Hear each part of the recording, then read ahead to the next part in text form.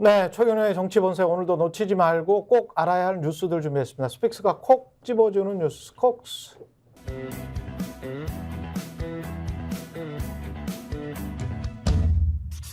네, 김성환 시사평론가, 김민아 시사평론가 함께합니다. 안녕하십니까? 네, 안녕하세요. 예, 계속 공천 이야기만 하다가 오늘 신문들이 뽑은 일면은 더 충격적이고 훨씬 더 민생에 가까운 뉴스인가 보죠? 네, 맞습니다. 예. 오늘 신문 일면을 한마디로 정리하면 네. 공천보다 더 중요한 문제 예. 이겁니다. 먼저 한겨레 신문 만평을 제가 보여드리면서 딱 보여드리는 순간 이거 온 거야? 이렇게 생각하실 것 같아요. 아, 고물 사람들이 그냥 바둥바둥 지금 어딘가에 저게 어디 무슨 이게 게임에 나왔었던 것 같은데, 그죠?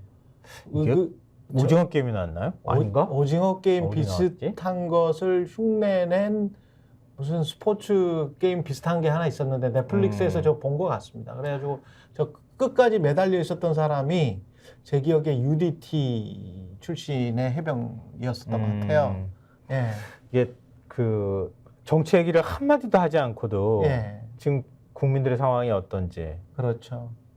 아주 직관적으로 보여주는 그런 부동산 만평인 것 고물가, 같은데요. 노동시간, 예. 입시.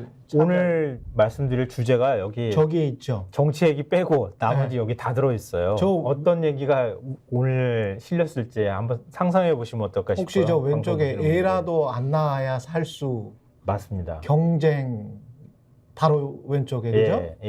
예. 그리고 그 옆에 지금 이제 막 매달려서 이제 떨어질 것 같은 아, 그러니까 애라도 안 낳아야 살 수 살수. 있는 건 그나마 팔이라도 걸치고 있는데 이제 막 떨어질 것 같은 건 의료대란. 우려대란. 예. 오늘 예. 이 두 가지를 먼저 풀고 그 다음에 정치 얘기를 좀 해볼까 하는데요. 예. 0.65명. 뭐 0.65 예상했던 명? 바지만 지난해 4분기 출산율이 또 떨어져서 역대 최저를 기록했습니다. 그래, 0.6명대까지 떨어졌어요. 0.7 얼마 아니었어요? 네, 0.7. 2020년 0.8명대로 내려앉았고요. 네. 0.7명대로 내려가더니 이제는 0.6명대까지 지금 떨어진 상황입니다. 이야.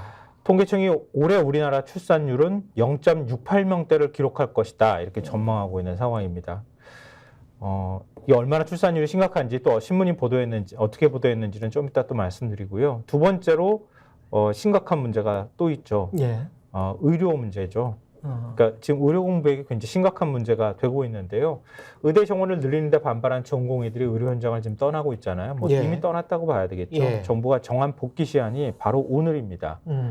지금 한 7,900명 정도가 대상이 되는 거죠. 예. 그 정도 전공의들한테 현장으로 복귀하라. 만약에 오늘까지 복귀하지 않으면 법적 조치에 들어가겠다. 이렇게 지금 경고를 한 상황이거든요. 일종의 최후 통첩을 보낸 겁니다. 어제 전공의 집까지 찾아가서 복귀 명령서를 전달했다고 해요. 지금 휴대폰 문자나 이런 것들로 통보를 할 수 있도록은 돼 있잖아요. 근데 그건 또 회피할 수 있으니까 아예 집으로 찾아가는 압박수단을 지금 활용한 상황입니다. 복귀하는 전공의가 있기는 하지만 아직 병원별로 뭐 많아야 한 10명대 정도 수준인 것 같아요. 이보다 안 되는 병원들이 뭐 더 많은 것 같고요. 복귀하지 않을 경우에 내일부터 의료법 위반 혐의를 적용해서 면허를 박탈할 수 있다. 이렇게 정부가 밝히고 있습니다. 이렇게 강대강 대치를 이어가는 사이에 지금 환자들만 고통을 받고 있는 상황입니다. 이렇게 국가의 지속 가능성하고 국민의 생명과 안전과 생명의 안전과 관련한 문제, 그 다음이 사실은 여야 정치권의 공천이다. 이게 신문들이 판단하는 기사 가치였던 것 같아요. 그러면은 이 세 가지를 어떻게 신문들이 다루고 있는지 신문 일면을 한번 좀 보여드리면 좋겠어요. 한번 먼저 볼까요? 조선일보 한번 네. 보실까요? 네. 출산율 0.65명 쇼크. 국가 소멸시계 더 빨라졌다. 네. 그러니까 제일 크게 사실은 신문 가운데 이 출산율 문제를 다뤘고요. 그 다음요. 0.65명 출산율 쇼크. 동아일보도 마찬가지고요. 예. 한국일보 합계 출산율 0.6명대 소멸위기 한국. 그리고 경향신문 0.65명 또 최저 출구 없는 저출생. 굉장히 심각하게 이 문제들을 생각하고 있다는 거죠. 저는 이중적이고 위선적이라고 보는데 이런 이제 보도가 나올 때마다 저렇게 이제 뭐 출구가 없다, 아이고 망할 것 같다, 국가 소멸이다, 뭐 이렇게 이야기를 하면서 또 저런 신문들에서 경향신문까지 다 포함해서 한겨레까지 다 포함해서 그냥 그렇게 집값 그 받치기는 또 혈안이 돼 있단 말이죠. 핵심적으로 출산율과 관련해서 지금 젊은 친구들도 그렇고 그 앞으로 태어날 사람들도 그렇고 미래가 불안하니까 아이를 안 낳고 결혼도 안 하고 뭐 이런 건데 그 미래 불안의 핵심적인 요소 딱 하나만 꼽으라고 하면 집값이에요. 집값입니다. 서울 수도권에 가장 경쟁적이고 그리고 직장이 그래도 많이 있는 곳에 들어와서 살려고 하는데 집값이 너무 비싸. 집값이 너무 비싸니까 혼자 사는 게 훨씬 더 효용이 높죠. 그래서 네. 그렇게 선택을 할 수밖에 없는데 그 집값에 관해서는 철저히 기득권 세대들의 편을 들어온 그런 신문사들이 그러면서 맨날 광고는 또 건설사들 위주로 받고 있는 그런 신문사들이 이게 출생률이 이렇게 낮으면 어떡하지? 근데 출구가 없어. 출구가 없긴요. 그 관련해서 공공임대주택이랄지 굉장히 많은 혁신적인 정책을 내놓으면 다 빨갱이 정책이라고 했던 게 어딥니까? 그 출구와 관련해서 이렇게 미래 불안이 이렇게 있고 그것과 관련해서 출구는 있다. 주거난만 해서 하면은 가처분 소득이 늘어나서 소비가 늘 수 있다. 라고 했을 때 그거 주류 경제가 아니다. 라고 엉터리로 기득권을 지키려고 했던 그런 세력이 우리나라에 분명히 있잖아요. 그 문제와 관련해서 지금 말씀하시는 거 들으면서 집값 문제를 쓴 기사는 별로 없지. 못 찾아본 것 같아요. 없지. 그 얘기 왜 결혼을 안 하냐고요. 근데 제가 지금 말씀드리는 거는 아니 일단은 일면을 다 한번 보고 말씀하시죠. 보시죠. 예. 그러니까 그 얘기는 다시 한번 우리가 얘기를 할 테니까요. 출산율 문제에 대해서는 다음은 중앙일보 일면 한번 보시죠. 그러니까 신문 가운데 유일하게 지금 전공의들 이른바 파업과 관련해서 기사를 일면 머리에다 올렸어요. 근데 톤이 그렇죠. 뭔가 위협하고 지금 복귀 시한이 딱 촉박했다, 큰일 났다 이런 거라기보다는 병원 복귀해서 정부가 대화를 하라. 그래서 의대 교수들의 어떤 역할이나 이런 거. 그러니까 지금 의대 교수들이 지금 그 어떤 의사 대표성을 두고 지금 정부하고 논란이 좀 있어요. 의협이 대표성을 갖고 있지 않은 거 아닙니까? 이렇게 정부에서 얘기를 한 거예요. 보건복지부에서. 그러니까 의협은 개업의들을 중심으로 만든 단체고 전공의는 또 대전협이라고 전공의 단체가 또 있잖아요. 또 의사들은 의사대로 하는데 전공이라고 하시면 젊은 그냥 인턴 레지던트를 생각하시면 됩니다. 그러니까 이 그러니까 의대 교수들이 나서서 전공의들 문제, 지금 전공의가 파업을 하는 거니 전공의들은 내 제자 아니냐. 그러니까 의대 교수들이 우리가 한번 나서서 대화를 해보겠다. 그러면서 그 부분에 대해서 이제 강조하면서 정부도 대화에 나서라. 이제 이런 맥락으로 일면에 머리에 올린 거고요. 또 다음은 공천 문제요. 또 특이하게 보도한 신문이 하나 있었어요. 한겨레 신문 일면. 공천 문제를 유일하게 일면에 올려서 이렇게 쓴 데는 한겨레 신문이 유일했어요. 이재명 탈당은 자유, 친문, 홍영표도 컷오프 수순.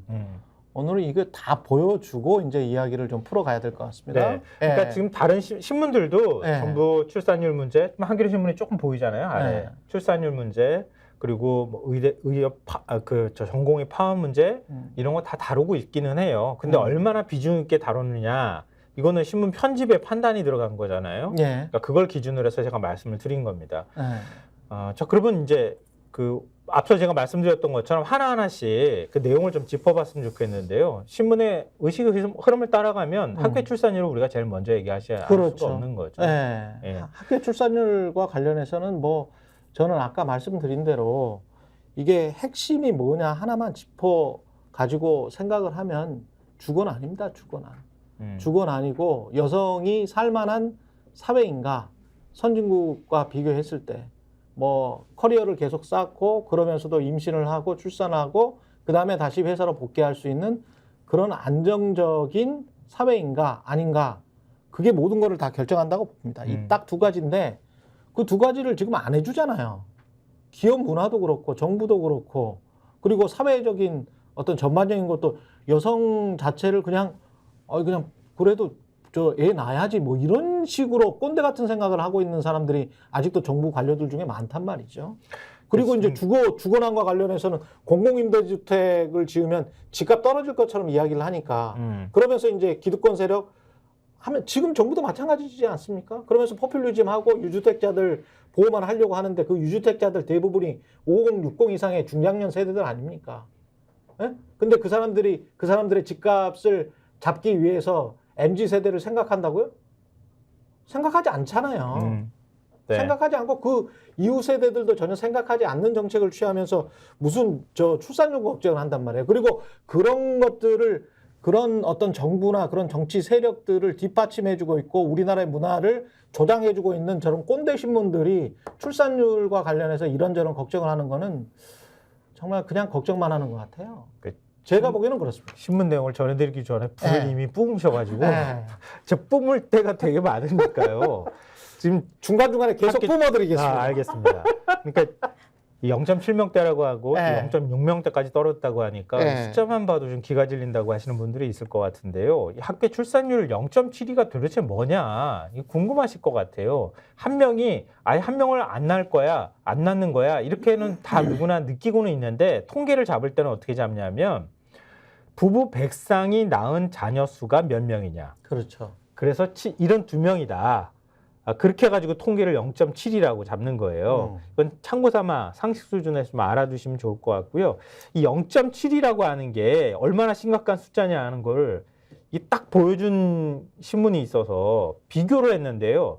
러시아와 전쟁 중인 우크라이나 수준이라는 거예요. 전쟁 중인 나라. 러시아가 침공한 2022년에 우크라이나 출산율이 0.9명이었다 그래요. 근데 우크라이나 정부가 지금 추정하는 지난해 출산율이 0.7명이라는 거예요. 우리는 지금 더 나아져. 거기는 전쟁 끝나면 베이비 부모가 되는 거지 또. 그 다음엔 뭐 어떤 네. 일이 벌어질지 모르지만 전쟁 중인 와중에도 낳은 자녀가 우리가 그 정도 자녀 숫자도 못 낳고 있다는 뜻이에요. 못 산다. 왜 사는지 모르겠어요. 그 경쟁하면서 사는 건지 경쟁하기 위해서 사는 건지 뭘 위해서 사는 건지를 모르게 되는 거지. 이렇게 이제 출산율이 낮아버리면. 원래 저출산 예. 고령화의 그 문제라고 그러면서 난리법석 치는 데가 원조가 일본이잖아요, 사실. 그렇죠. 일본. 일본이 1.3입니다. 출생률 1.3. 높다. 그리고 우리 바로 앞에 있는 데가 네. 프랑스 스페인이거든요. 스페인인가요? 1.19인가 그렇습니다. 아. 오늘 보도가 된 거예요. 예. 근데 그런 나라들도 네. 자기들 큰일 났다고 막 하고 있단 말이에요. 그쵸. 큰일 났다고 하는데 우리는 0.72가 나오고 네. 지난해 출생률 0.72가 나오고 예. 분기별로 해서 4분기만 따지면 지금 0.65가 나왔다고 신문이나 도배를 해도 이 기사를 본 사람들이 지금 야 이게 큰일 났다 이렇게 생각하느냐. 물론 이제 시사를 다루는 이런 자리에서는 큰일 났다고 지금 다루지만 또 신문 지상에서는 큰일 났다고 다루지만 그게 어떤 체감이 되느냐. 제가 볼 때는 제가 너무 냉소적으로 생각하는지 모르겠습니다만 예. 아무도 사실은 정말 진심으로는 큰일 났다고는 생각하지 않는 거 아니냐라는 의심을 갖고 있어요. 왜냐하면 그 말도 맞아요. 이걸 매년 얘기를 하고 매분기 얘기를 하는데 변하는 게 없다. 예를 들면 오늘 이렇게 쭉 보도가 나왔는데 말씀하신 것처럼 대체적으로 왜 이렇게 되는 거냐에 대해서는 대체적으로 진단은 일치해요. 가령 수도권 쏠림과 이로 인한 과도한 경쟁, 부동산 가격 상승 등이 출생아 수 감소의 주요 원인으로 꼽힌다. 제가 한 문장 말씀드렸잖아요. 그렇죠. 이게 아니라고 얘기하는 사람이 어디 있습니까? 그렇죠. 다 이렇게 얘기해요.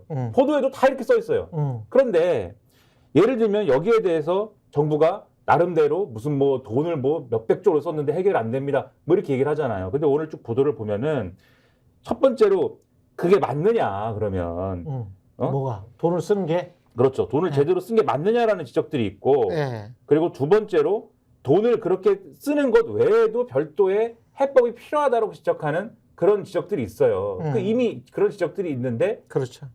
제대로 그러면 대응하지 않은 책임은 누구에게 있느냐 이것들을 지적을 해야 된다는 거죠. 그렇죠. 그 저출산 고령 지금도 얘기했지만 저출산 고령사회위원회 있잖아요. 대통령 직속으로 뭘 하는 기구인지를 몰라 솔직히. 실행기구가 아니잖아요. 그 기억나는 거는 나경원, 그렇죠. 부위원장, 헝가리 헝가리 출산 대책 민주당이 비슷한 잘라! 대책을 내놓고 뭐 이거 잘라. 그것도 자르라고 했는데 근데 지금 저출산 고령 사회위원회 말씀하셨는데 가령 동아일보의 경우에 제목이 380조 쓰고도 연출생아 45만에서 23만 반토막 저출산이 예산 결정 권한 없어 제 역할 못해 뭐 이런 제목의 기사가 있는데 전문가들이 그동안 담당 컬처럴 타워인 저출산 고령 사회위가 제 역할 못했다고 지적을 하는 내용이에요. 근데 저출산 고령사회위에 대해서 우리가 부위원장은 대통령이니까 부위원장이 왜 그러냐, 뭐 쫓겨났다, 예. 뭐 갈았다, 뭐 이런 얘기를 하잖아요. 근데 이 기사에 따르면 저출산인 사무국 직원은 30명 안팎에 불과하고 평균 근속 기간은 1년 6개월이 채 안 된다. 기획재정부, 보건복지부 등 각 부처에서 파견온 공무원들이 잠깐 근무하고 떠나는 구조라 정책의 연속성과 전문성을 기대하기 어렵다. 이렇게 돼 있고 저출산 예산이 뭐 엄청나게 들었다고 380조가 들었다고 주장을 하잖아요. 예. 물론 중요한 부분인데 어떻게 돼 있냐면 저출산 예산 중 전세자금 대출 등 주거 지원이 절반 가까이 차지하다 보니 착시 효과일 뿐 실제로는 예산을 충분히 쓰지 않았다라는 지적도 있다. 무슨 얘기냐면 당연히 중요하죠. 주거 지원 예산이 중요한데 그것만으로 되느냐라는 지적이 있다는 거예요. 그래서 실제로 OECD 기준에 따라 집계한 한국의 가족 지원 예산, 그러니까 이 전세자금 대출만으로 안 되니까 가족 지원 예산이니까 별도의 여러 가지가 있어야 된다고 지금 지적하는 거 아닙니까? 가족 지원 예산은 2019년 기준 1.56%다. 1.56%. OECD 38개국 중 33이다. 그러니까 이 문제가 있는 것이고, 그리고 다른 이제 어떤 것들이 필요하냐에 대해서 가령 한겨레 기사가 제대로 지적을 저는 잘했다고 보는데 이거는 지면이 준비돼 있으니까 네네. 한겨레에 280조 원 써도 자식 안 낳는다. 성평등 노동 단축 없인 효과 한계. 제목 이거예요. 그러니까 이렇게 써 있습니다. 전문가들은 세계 최고 수준의 노동 시간과 가족 일터에서의 성차별 등의 문제에 주목해야 한다는 주문을 내놓고 있는데 정부와 정치권이 현금성 지원 확대에만 무게를 두고 있다는 점에 우려의 시선을 보내고 있다라고 얘기를 하고 있어요. 그게 뭐냐면 지금 계속 저출생 현상이 심화하고 있는 거는 결혼, 출산을 기피 또는 포기하게끔 하는 사회, 경제 구조와 인식이 충분히 달라지지 않았기 때문인데 인식이 충분히 달라지지 않았다. 그렇죠. 가령 그게 예를 들면 뭐 무상보육 확대, 아동수당 도입 확대, 부모급여 뭐 이런 이런 출산과 양육비용 부담 경감 노력은 이어졌지만 일가정 양립이 가능할 정도의 노동시간 단축이나 성차별 해소에는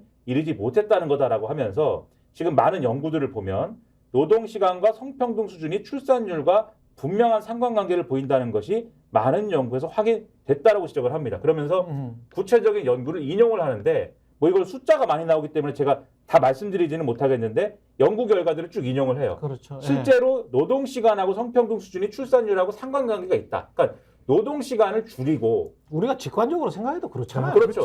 그런 시간이 있어야지 그래, 집으로 뭐 들어가지. 알을 그렇죠. 뭘 하지. 그렇죠. 그러니까 제가 집이 있어도 집에를 못 가는데 집에 들어갈 시간이 없으면 그렇죠. 안 되잖아. 집에를 못 가는데 애를 키우고 뭐 이런 생각을 어떻게 합니까? 그러면서 뭘 지적하냐면 그런데 이런 연구 결과에 건져서 현 정부 들어서 사회 전반의 노동시간을 단축하고 성평등을 제고할 정책이 나오지 않는 건 우려가 된다.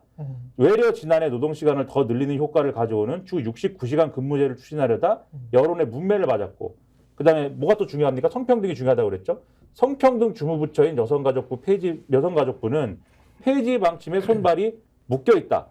최근 윤석열 대통령 지시로 기획재정부가 검토 중인 출산 장려 세제 혜택은 국책연구원조차 효과를 낮게 보고 있다. 이런 지적을 한단 말이죠. 그러니까 정부가 돈을 많이 썼다. 효과가 없다. 얘기하면 뭐하냐는 겁니다. 다 헛돈까지는 아니지만 효율적으로 쓰지 않고 그리고 이러한 효과를 경감시키거나 효과를 내지 못하는 방식으로 정책을 다른 데서는 펴고 있는데 대책이 없다는 거네. 그렇죠. 그게 무슨 효과를 가지겠느냐. 380조를 쓰든 100조를 쓰든 1000조를 쓰든. 그러니까 이제는 뭐 기존의 출산 장려 대책으로는 문제를 해결할 수 없는 수준까지 왔다는 건 거의 공감이 되는 것 같아요. 그래서 아까 일본 사례 말씀하셨지만 일본 사례 하나만 제가 소개해드리고 이 주제는 넘어갔으면 좋겠는데요. 일본이 2022년 기준학계 출산율이 아까 1.3명이라고 말씀하셨는데 0.26명이에요. 그러니까 0.26명인데 일본이 인구가 지금 1억 2,200만 명이거든요. 근데 세계 12위 인구 대국이라고 할 수 있는데 2100년 인구 8천만 명을 지키자가 구호예요. 1억 2천에서 8천만 명 지키자. 출산율이 1.26명이 되면 2100년에 됐을 때 인구가 8천만 명이 된다는 거예요. 1억 2천만 명에서 8천만 명으로 준다는 거예요. 1점대 수준에서도. 네.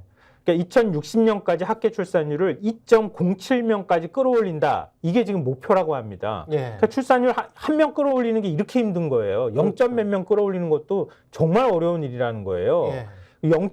1.26명이라 하더라도 이렇게 심각한 현상들이 발생하고 한다. 이걸 좀 비교해서 제가 말씀드리려고 한 거고요. 그래서 기시다 총리는 이 추세를 반전시켜야 된다. 이번이 마지막 기회다. 이렇게 얘기를 하고 있는데 그래서 일본 정부가 지금 막 돈을 쓸어붓고 있어요. 네. 출산율 높이는 데 있어서 이 부모의 소득과 관계없이 모든 아이에게 고등학교를 졸업할 때까지 매달 10,000엔에서 30,000엔 그러니까 우리 돈으로 한 뭐 그냥 러프하게 계산해서 10만 원에서 30만 원 정도를 지급하는 거고요. 아동수당을. 자녀가 3명인 가정의 경우에는 1,100만 엔, 약 1억 원의 아동수당을 받는다고 합니다. 아이가 셋이면. 일본은 그 대외 순자산이 한 4조 달러 되는 나라입니다. 우리는 대외 순자산이 한 700억 달러 정도 되는 나라이기 때문에 일본이 아무리 정부 부채가 많다고 하더라도 돈을 쓸 만한 충분한 저력이 있는 나라죠. 근데 한국 같은 경우는 약간 그게 좀 다르고 지금 그거 따질 때가 아니에요. 아니 정리를 제가 해보면. 근데 제가 하나만 더 말씀드리고 네. 싶어서 하나만 더 말씀드리면 음. 이러다 보니까 뭔 얘기 나오냐면 중앙일보의 경우에 출산율 반등만큼 슈링코노믹스 시대 맞춤 대책 급하다 이렇게 기사를 썼는데 무슨 얘기냐면 잘 수습이 안 될 것 같다. 예. 앞으로 통계청 지금 보면은 통계 보면은 무슨 노믹스? 슈링코노믹스 슈링크노믹스. 슈링 줄어든다. 그렇죠. 슈링크에다가 이코노믹스 합쳐서 슈링코노믹스 영어를 이렇게 써놨어요 얘들이. 중앙일보가. 영어 발음이 좀 안 좋아가지고 내가 좀 예, 한글로 슈링코노믹스 네, 이게 네, 슈링코노믹스 네, 이렇게 한글로 써 있는데 예, 알았어요. 네. 예. 근데 이제 여기 무슨 잘 얘기냐면 들렸어요. 예. 앞으로 통계청 전망대로 하면 앞으로 더 줄어들어요 이 숫자가. 그렇다고 맞아요. 하면 예. 이거 우리가 볼 때는 수습이 안 될 것 같다. 그러니까 여기에 맞춤형으로 경제든지 뭐든지 제도든지 그러면 앞으로 기정사실화해서 저출생 사회라는 걸 저출산 고령화 사회라는 걸 기정사실화해가지고 거기에 맞춤형으로 좀 가는 것도 연착륙 시키는 것도 필요하다 막 이러는데 그러면 좋다 뭐 그런 지적도 있을 수 있죠. 그럼 반드시 여기서 부딪히는 문제가 경제활동 인구 문제잖아요. 그렇죠. 그러면 여기에 대해서 예를 들면 한동훈 비대위원장이나 이런 분들이 법무부 장관 할 때 뭘 얘기했냐면 이민 얘기했잖아요. 그렇죠. 이주노동자 문제 막 이런 거 얘기했잖아요. 이민 반대하잖아요, 사람들이. 그렇죠. 근데 우리 정서상 불가능한 문제도 있지만 만약에 그런 얘기를 하려면 그럼 최소한 그런 얘기 하고 싶으면 같이 뭘 얘기해야 되느냐. 우리가 막 이민자들 그러니까 쉽게 얘기해서 이주노동자들을 막 받아들여가지고 일을 시키려면은 그 사람들을 막 저임금을 주고 막 착취해가지고 일 시켜야 된다 이런 마인드로는 안 된다. 그렇지. 그 지적도 있어요. 그래서 예를 들면은 속으로는 그런 마음이 있는 거 아니에요? 그러니까는 뭐 지금 싼 임금 써가지고 지금 노동력 메우자는 거잖아요. 네. 부족해지는 노동력. 그래서 한겨레의 경우에 제목이 장기 체류 외국인 189만 명 인구 위기에 이민 정착 지원 필수 이래서 그 지적을 하고 있는데 한동훈 국민의힘 비상대책위원장이 법무부 장관 때인 지난 7월에 대한상의 제주포럼에서 이민 정책은 평등이나 공정의 영역이 아니다. 철저히 우리 국민의 행복과 국익을 위한 방향으로 시행돼야 된다. 이렇게 얘기했는데 이게 뭐 노예를 수입하는 거야? 그러니까 그런 방향으로 익힐 수 있다라는 지적을 하고 있어요. 근데 일본 얘기에서 제가 이 말씀을 드리는 건데 일본의 경우는 일본도 마찬가지 고민이 있잖아요. 일본의 경우는 제가 지난번에 SBS가 기획 보도를 해가지고 자세히 봤는데 예. 이주 노동자들에 대해서 완전히 그 일본에서 같은 일을 하는 노동자들이 보장받는 모든 대우를 다 받을 수 있게 하고 그리고 그분들이 정착을 제대로 할 수 있게 하기 위한 예를 들면 말을 배운다든지 제도에 익숙해지게 한다든지 혹시라도 이분들이 놓칠 수 있는 제도의 어떤 지원이라든지 이런 것들을 다 받을 수 있게 국가에서 다 지원하고 그걸 전담하는 부처를 따로 만듭니다. 근데 우리가 한동훈 비대위원장이 예를 들면 법무부 장관 시절에 하겠다고 한 이민청 이런 거는 그 개념이 아니거든요. 그러니까 이 정부의 개념상으로 하면 이 슈링코노믹스 여기에 적응하는 것도 어렵다 그러면 그 지적을 해야 된다 이런 얘기죠. 네. 지금 시간이 많지 않아서요. 그렇죠. 예. 전공의 파악 문제로 넘어갔으면 좋겠는데요. 예. 그러니까 지금 현재 진행형이니까 오늘까지 와라, 복귀해라, 최후 통첩을 한 거 아니에요? 그럼 3월 1일부터는 본격적으로 일종의 국가 공권력을 동원하겠다 이런 뜻이 되는 거잖아요. 어떻게 하겠다는 거죠? 그냥 다 자르겠다? 자르는 건 아니지만 거기에 대해서 사법 처리에 들어가겠다는 얘기예요. 사법 처리에 들어가겠다. 예. 그러니까 그래서 의사 면허 정지 3개월 뭐 이런 식으로 때려버린다는 거예요. 예. 그러니까 이렇게 우리가 할 거니까 빨리 좀 겁먹고 들어와라 이런 뜻으로 얘기하고 있는데 과연 이게 얼마나 먹힐지 일단 오늘 좀 지나보면은 좀 더 구체적인 내용이 나올 수 있을 것 같은데 일단 정부의 태도를 한 가지만 전해드리면 박민수 보건복지부 차관이 어제 이탈한 전공의들에게 문자 메시지를 보냈다 그래요. 예. 29일 오후 4시, 오늘 4시예요. 서울 여의도 건강보험공단 서울지역본부에서 기다릴 거다. 그러니 언론 공개 없이 만나서 대화하자. 나하고 대화할 전공의들은 다 와라. 이렇게 한 거예요. 대화에는 누구나 참여 다 가능하고 개인 자격으로 참여해도 좋다. 이렇게 지금 허심탄회한 얘기를 하자 이런 제안을 보냈다고 하는데 이것도 언론 기자들이 가 있지 않겠어요? 전공이 몇 명 가는지 한번 보면 이후 사태가 어느 정도 파장이 커질지 좀 볼 수 있을 것 같은데요. 경향신문 만평을 하나 보여드리려고 해요. 예. 김용민 화백이 그린 만평인데요. 예. 국민 위에. 생명 볼모 안 돼, 타협 없다라고 이제 정부와 의협이 서로 싸우고 있는 모습이고, 아래 그 침상 밑에서는 이러면 어때? 하면서 의료사고 특례법 이거 줄 테니까 중상해도 처벌 면제 한번 생각해 볼까? 뭐 이런 식의. 근데 이제 말씀하시죠. 그러니까 강원 양면 정책을 쓰고 있다 이렇게 또 얘기할 수 있을 것 같은데 좀 나쁘게 보면 또 나쁜 시각으로 또 해석이 가능할 것 같아요. 근데 제가 좀 이게 합리적으로 푼다면 지금 너무 이렇게 대립만 이야기하지 말고 합리적으로 푼다면 이런 방법은 어떨까요? 그러니까 복귀를 하되 지금 환자들 중요하니까 복귀하고, 그리고 중원 문제가 어느 정도의 규모인지는 총선 이후에 토론에서 합의하자. 올해 안에 끝내자. 근데 총선 이후에 하자. 이렇게 하면 정부도 정치 쇼가 아니냐는 어떤 우려, 시선 여기에서로부터 자유로울 수 있고, 진짜 진심으로 환자들과 국민들을 위해서 의대 증원한다. 이런 어떤 진심을 내비칠 수가 있고, 그 다음에 의사들도 일단 복귀를 한 다음에 이 문제에 관해서 숫자를 가지고 이야기를 하자면 당신들 정치 쇼 같으니까 나중에 올해까지는 명확하게 국민들 앞에서 좀 합의를 하겠다라고 이야기를 해서 좀 서로 간에 좀 왔다 갔다 하는, 진짜로 왔다 갔다 해야 될 거는 이건 것 같거든요. 그래서 이런 바타가 필요하지. 의료사고 특례법이랄지 뭐 다른 것들은 의료사고 나신 분들은 알겠지만은 지금도 의료사고 나도 관련해서 심의 하시는 분들이 대부분 다 의사 출신들이어가지고 의료사고로 판정받는 경우가 거의 없잖아요. 네, 맞습니다. 근데 그 특례법을 해가지고 중상해 같은 경우 다 면제한다라고 하면 환자들이나 국민들을 볼모로 해가지고 이거 하는 거지. 그거를 또 어떻게 그렇게 해줄 수가 있습니까? 그거는 말이 안 되지. 그걸 지금 딱 지적한 신문이 있었어요. 예. 한국일보가 지적을 했는데요. 말이 안 되죠, 보면 그거는. 보시면은 예. 의료사고 특례법은 의사특혜법. 당연하죠. 또 환자들을 희생시키나 이렇게 제목을 달아놨는데요. 예. 정부가 의료사고 특례법 개정안을 발표를 했어요. 공개를 했는데 환자 단체들의 반발이 굉장히 거세다고 합니다. 그러니까 정부 법안을 보면요, 의사가 책임 종합보험에 이제 우리 자동차 보험 생각하시면 돼요. 예. 가입한 경우에 의료사고가 발생했을 때 형사 절차가 아닌 조정 합의로 갈등을 해결한다. 이게 이제 핵심이라고 할 수 있어요.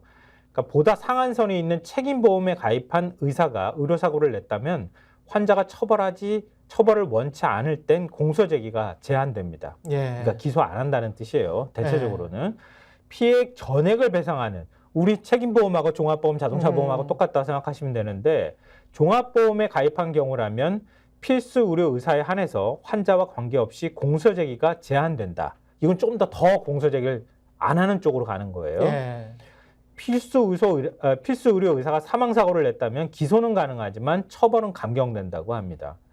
그러니까 보건복지부는 필수 의료 의사는 형사처벌 부담을 줄이고 환자는 충분한 보상을 받을 수 있을 거다, 이렇게 평가를 하고 있다고 하는데요. 환자 단체들의 반응은 굉장히 싸늘하다고 합니다. 그러니까 종합보험 가입을 했을 때 환자의 의사와 뜻과 무관하게 의사를 기소할 수 없다, 이 부분에 대해서 제일 많이 반발하고 있다고 해요.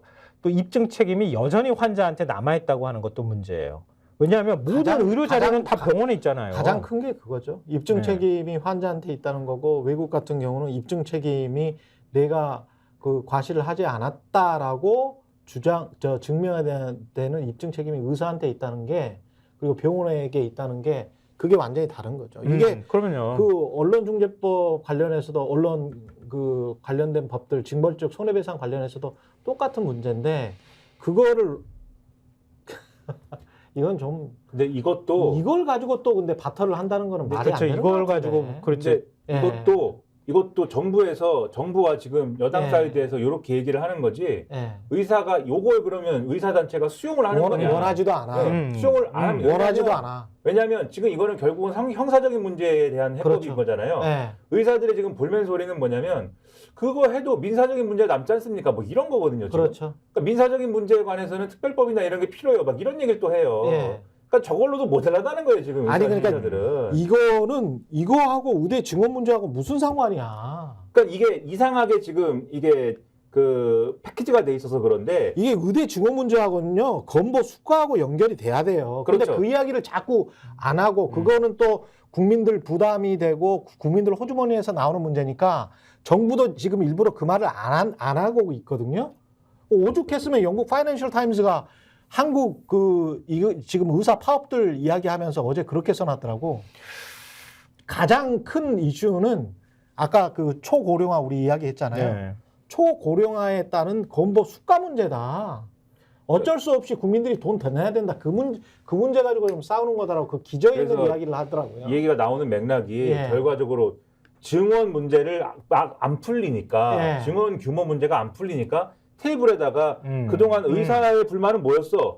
뭘 해주면 돼? 라고 하면서 테이블에다 다 올려놓은 거거든요, 지금. 그러면서 지금 말씀하신 의료사고에 대해서 의사 부담이 지는 거 그 문제 해결해 주세요 있고, 예. 그다음에 전공의들이 반발하니까, 그래, 전공의들의 뭐 처우 개선이나 이런 거 필요해. 어제 그 얘기 나온 거죠. 예. 처우 개선이나 그런 거 필요하면 뭐가 있어? 그러면 그 얘기도 한번 해봐. 이렇게 올라온 거고, 그다음에 수가 문제도, 수가를 우리가 인상해 줄게 라는 게 있는데, 예. 지금 그게 이제 필수 의료 패키지에 포함이 되어 있는 거잖아요. 정부가 예. 얘기하는. 예. 근데 그것도 그 정도로는 안 돼. 의사들은 그렇게 해가지고 오히려 그 또 수가 얘기만 하면 오히려 또 문제가 생겨. 이래가지고 또 반발하는 게 있고 그렇죠. 아무도 딜이 안 되는 거죠 지금. 그러니까 수가를 의협비대위는 높여야 되고 또 수가도 조정을 해야 됩니다. 그렇죠. 그 안에서. 그리고 의협비대위는 아예 면책을 해달라는 거예요.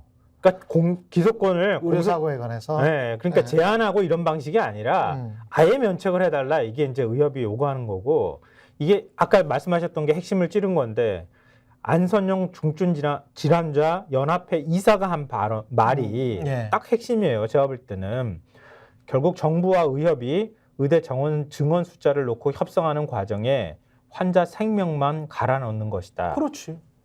근데 이게 그래서 결국은 단계적으로 했으면 되는데 왜 이 총선 전에 이 난리를 치는 거예요? 그렇죠. 그리고 네. 계속 대통령은 그러니까 복지부는 뭔가 증원 규모에 대해서도 얘기해 보자라는 시그널과 액션이 조금 있거든요. 근데 그 얘기 나올 때마다 대통령과 대통령실은 2,000명은 최저아니야. 딱 거버려요. 아 윤석열 더 이상 대통령 직접 양보할 생각이 말했잖아. 없어. 그렇죠. 그 얘기 나올 때마다 거버려갖고 이게 협상이 안 되고 그다음에 지금 결국 얘기가 협상이 안 되니까 어디로 갔냐면 대표성 논란으로 이제 어제부터는 얘기를 해요. 무슨 얘기냐면 대표성? 그렇죠. 이제 얘기가 어디로 가냐면 왜 이게 협상이 안 되지? 의사단체가 문제가 있어. 물론 문제가 있죠.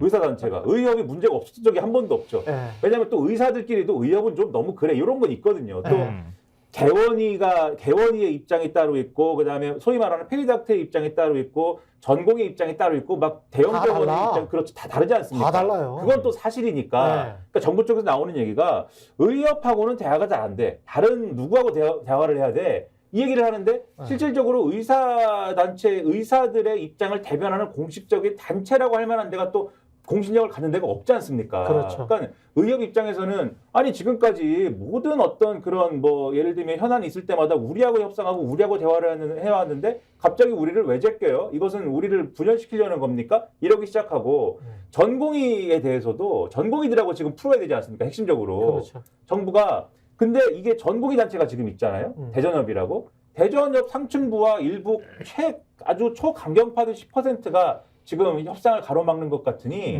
이것도 문제가 있는 것 같아. 이런 인식을 갖기 시작하면서 지금 오늘 만나자는 게 누구하고 만나자는 거냐. 우리는 특정 장소에서 앉아서 기다릴 테니까 아무나 와봐. 아무나 알아. 네.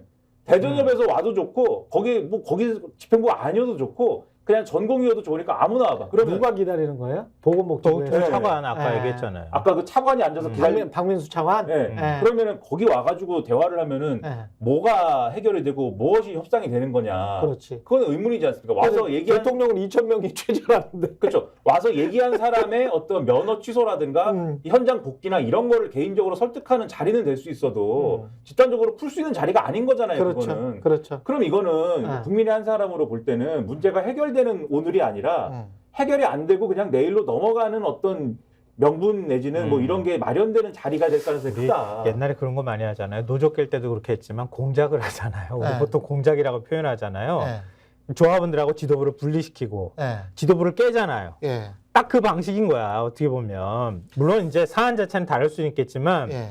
지금 그 대전협 그 집행부하고 그다음에 의협 전현직 그 회장단 이런 사람들한테 업무 복귀 명령이나 지금 고발 조치나 이런 것들이 들어간다는 거예요. 그 어떻게 모든 전공의들한테 다 그 저 복귀 명령서 들고 다 같이 찾아갔겠어요. 그런 사람들을 중심으로 해서 일단 주눅 들게 하고 고민하게 만들고 그리고 일반 전공의들 다 와라, 다 받아줄게 이렇게 하면서 갈라치기를 하는 거지. 그렇게 해서 단일 대우를 일단 깨는 작업들을 하겠다. 그러니까 정부의 입장은 한치도 변하지 않았으니 이렇게 하면서 계속 압박해 들어가겠다고 하는 전략인 거예요. 예. 결국 우리가 맨 처음부터 예상했던 것처럼 총선 때까지는 그냥 가는 거예요. 제가 보니까. 제가 예. 저 유튜브긴 하지만 제 상상입니다. 제 상상. 팩트는 아니고 잘 들으시면 2월 6일 전후에 그 전에는 김건희 디올백으로 그냥 다 뒤덮였거든요. 근데 그 이후에는 지금 의대 중원 문제로 다 뒤덮였는데 그 즈음해서 딱 그 전날 즈음해서 상상입니다. 다시 한번 말씀드리지만 대통령실의 누군가가 뭐 신문사의 편집국장을 만나가지고 야 이거 지지율이 어떨 것 같아? 라고 하니까 편집국장이 아주 좋은 아이디어입니다. 라고 말했을 수도 있다라는 상상이 듭니다. 예, 가려 들으시기 바랍니다. 네. 다음 지지율을 왔다 갔다 할 수 있는 그 측면으로만 정치적으로만 접근하지 않았다면 총선 이후로 미루시고 단계적으로 한번 대화를 풀어가는 것도 좋겠다. 그게 의협에서도 지금 당장 복귀할게 그러면 그렇게 설득할 수도 있겠다. 그리고 그렇게 합의할 수도 있겠다. 그런 생각이 드네요. 네. 네. 이제 다음으로 가시죠. 예. 여야 공천 짧게 하시죠. 예. 뻔한 이야기인가 이것도. 너무 많은 뉴스들을 접하셨을 것 같아. 네. 뭐 제가요? 예. 어디부터 어떻게 할까요? 아니, 제가 그 여당이나 야당 공천은 권력 투쟁형 공천이 돼가고 있는 것 같고 네. 여당 공천은 대통령 일가 지키기 공천이 돼가고 있는 것 같아요. 예. 어디부터 할까요? 그러면 여당부터 조선일보 이면 준비했는데 네. 그거부터 먼저 한번 보시죠. 네. 그걸 틀로 일단 잡으면서 얘기들을 한번 풀어나가 보죠. 예. 한동훈이 외친 운동권 청산에 이재명이 앞장섰나? 예. 네. 저기서는 이제 운동권 청산이 됐다는 거죠. 민주당에서. 무슨 근데 얘기냐면 한동훈이 외쳤는데 왜 이재명이 임종석을 탈락시키거나 임종석뿐만 아니라 아니에요. 지난번에 소개했던 그렇죠. 팔면동에서는 약간 이제 농담적으로 했던 것을 네. 오늘은 약간 저렇게 진담처럼 제목에 반영하면서 왜 이재명 대표가 소위 말하는 이제 586이라고 하는 그런 어떤 뭐 상징성이 있는 그런 뭐 이 임종석 전 비서실장을 컷오프하고 소위 말하는 친문계를 치느냐 이거를 당내에서 나오는 얘기를 막 이렇게 엮어가지고 왜 그럴까를 맞아요. 분석한 기사예요. 그래서 이 코너 이름이 이제 정치 인사이드인데 정치부 기사들은 소설이야. 그 아까 제가 아니 소설인데 대통령실과 편집국장의 대화처럼 네. 소설이라고 생각하시면 돼. 아니 나는 근데 기사라고 이게 생각하지 왜냐하면 마. 조선일보나 다른 네. 보수 진영에서 볼 땐 뜨끔한 거지. 예. 우리 한 위원장이 어디 가가지고 칼 들고 막 가가지고 저거 쳐내겠어요 이렇게 했는데 예. 쳐질 사람이 없어. 지금 갑자기 쏙 하고 사라져버린 거예요. 좀 당황스러움이 반영된 기사라고도 볼 수 있어요. 예. 근데 이제 막 이 사실들에 양념을 막 쳐가지고 예. 뭐 엄청 이렇게 막 그 뭐라고 해야 될까요? 뭐 과장한 부분도 있고 제가 볼 때는 이 얘기를 이렇게 풀면 안 될 것 같은데 뭐 그런 내용들이 상당히 있는데 예. 근데 요약을 하면은 이 얘기를 요약을 하면은 결국은 지금 지금의 민주당 주류라고 할 수 있는 사람들은 뭐 정통 운동권 코스를 밟은 사람들인데 예. 이재명 대표는 그렇지 않은 위치에 있었고 그런 이력을 갖고 있고 예. 그런 사람들이 이 정통 운동권 출신들을 솎아내는 건데 그게 예를 들면은 뭐 당내에서 나오는 얘기는 이재명 대표가 이후에 총선 이후에 예를 들면은 뭐 당권 투쟁도 있을 것이고 그다음에 특히 사법 리스크 뭐 이런 게 있으니까 체포동의안 표결 국면도 있을 수 있고 그런 국면도 있을 수 있어가지고 자기에 반대하는 사람들을 다 쳐내는 거 아니냐 그런 맥락에서 운동권 변방에 있었던 어떤 그런 서름도 있고 또 과거에 또 지지하는 대권 후보가 또 달랐던 적도 있고 왜냐면 정동영 이제 캠프 출신이고 뭐 이런 게 있는 거잖아요. 예. 그런 이유도 있고 해서 그런 게 다 반영돼 가지고 여기서 이제 뭐 이렇게 이런 공천으로 이어지는 거다 뭐 이렇게 써놨어요. 근데 제가 볼 때 이런 얘기들은 비주류에서 당하는 쪽에서 이런저런 얘기들을 막 하고 있는 것들을 그렇지. 이렇게 묶어가지고 반영한 거죠 이 기사는. 그러니까 제가 소설 쓸 겁니다. 말씀드렸던 예. 것처럼 소설은 쓰긴 써야 예. 되는데 뭐라도 하여튼 써야 되는데 예. 왜냐면 당황스러워서 당혹스러움이 반영된 기사다 이렇게 예. 뭐 맥락상으로는 그렇게 제가 볼 때는 읽혀요. 어제 임종천 전 실장이 기자회견을 열었잖아요. 그러니까 기자회견 열어서 뭐 당의 뜻에 따르겠습니다라고 발표할 거라고 기대한 사람은 별로 없을 것 같은데 네. 저는 버티겠습니다 이렇게 한 거 아니에요. 예. 어제 저녁 때 홍영표, 송갑석, 윤영찬 세 명의 의원이 가가지고 퇴근길 인사를 함께 했다 그래요. 근데 이분들도 자기 코가 석자인데 예. 자기 지역구에 왜 윤영찬 의원이 왜 자기 지역구에 안 가고 지금 거기가 있는지는 모르겠지만 그러니까 권력 투쟁하는 거예요 지금. 예, 예. 이거를 조선일보식 표현으로 말하면 왕심리 반란이다. 이렇게 당내에서는 얘기하고 있다 그래요. 예. 근데 더 관심이 가는 건 이제 문재인 전 대통령이 입장을 과연 낼 것인가 말 것인가. 이게 굉장히 큰 관심사가 될 거다. 만약에 네. 문 전 대통령이 뭔가 입장을 내버리면 진짜 당이 완전 쪼개져 버리는 상황으로 가는 거 아니냐. 최소한 지금 반발하는 의원이 한 10명쯤 될 거다. 이런 보도까지 나오고 있으니까요. 이게 그 상황을 좀 지켜봐야 되긴 하겠지만 그렇죠. 예. 민주당 상황이 어느 쪽으로 튈지 아직은 뭐 얘기하기가 좀 어려울 것 같고요. 다만 네. 이제 추미애 전 장관 문제가 그 다음에 큰 관심거리 중 하나잖아요. 추미애는 어디입니까? 동작 아직 안 정해졌어요. 아직 안 정해졌습니까? 계속 예. 뭐 여러 지역구에다가 여론조사를 돌렸다고 하는 얘기는 나오는데 임종석 전 실장을 쳐내면서 추미애 전 장관은 그대로 둔다. 이걸 여론이 어떻게 반응할지. 저는 솔직히 말씀드리면 임 전 실장한테 전략공천 안 한 것은 여론의 반응이 그렇게 나쁠 거라고 생각하지는 않아요.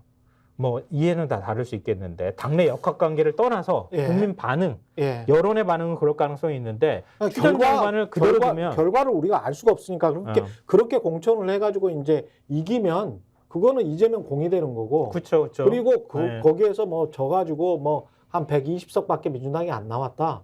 그러면은 그거는 이재명 책임이 되는 거죠.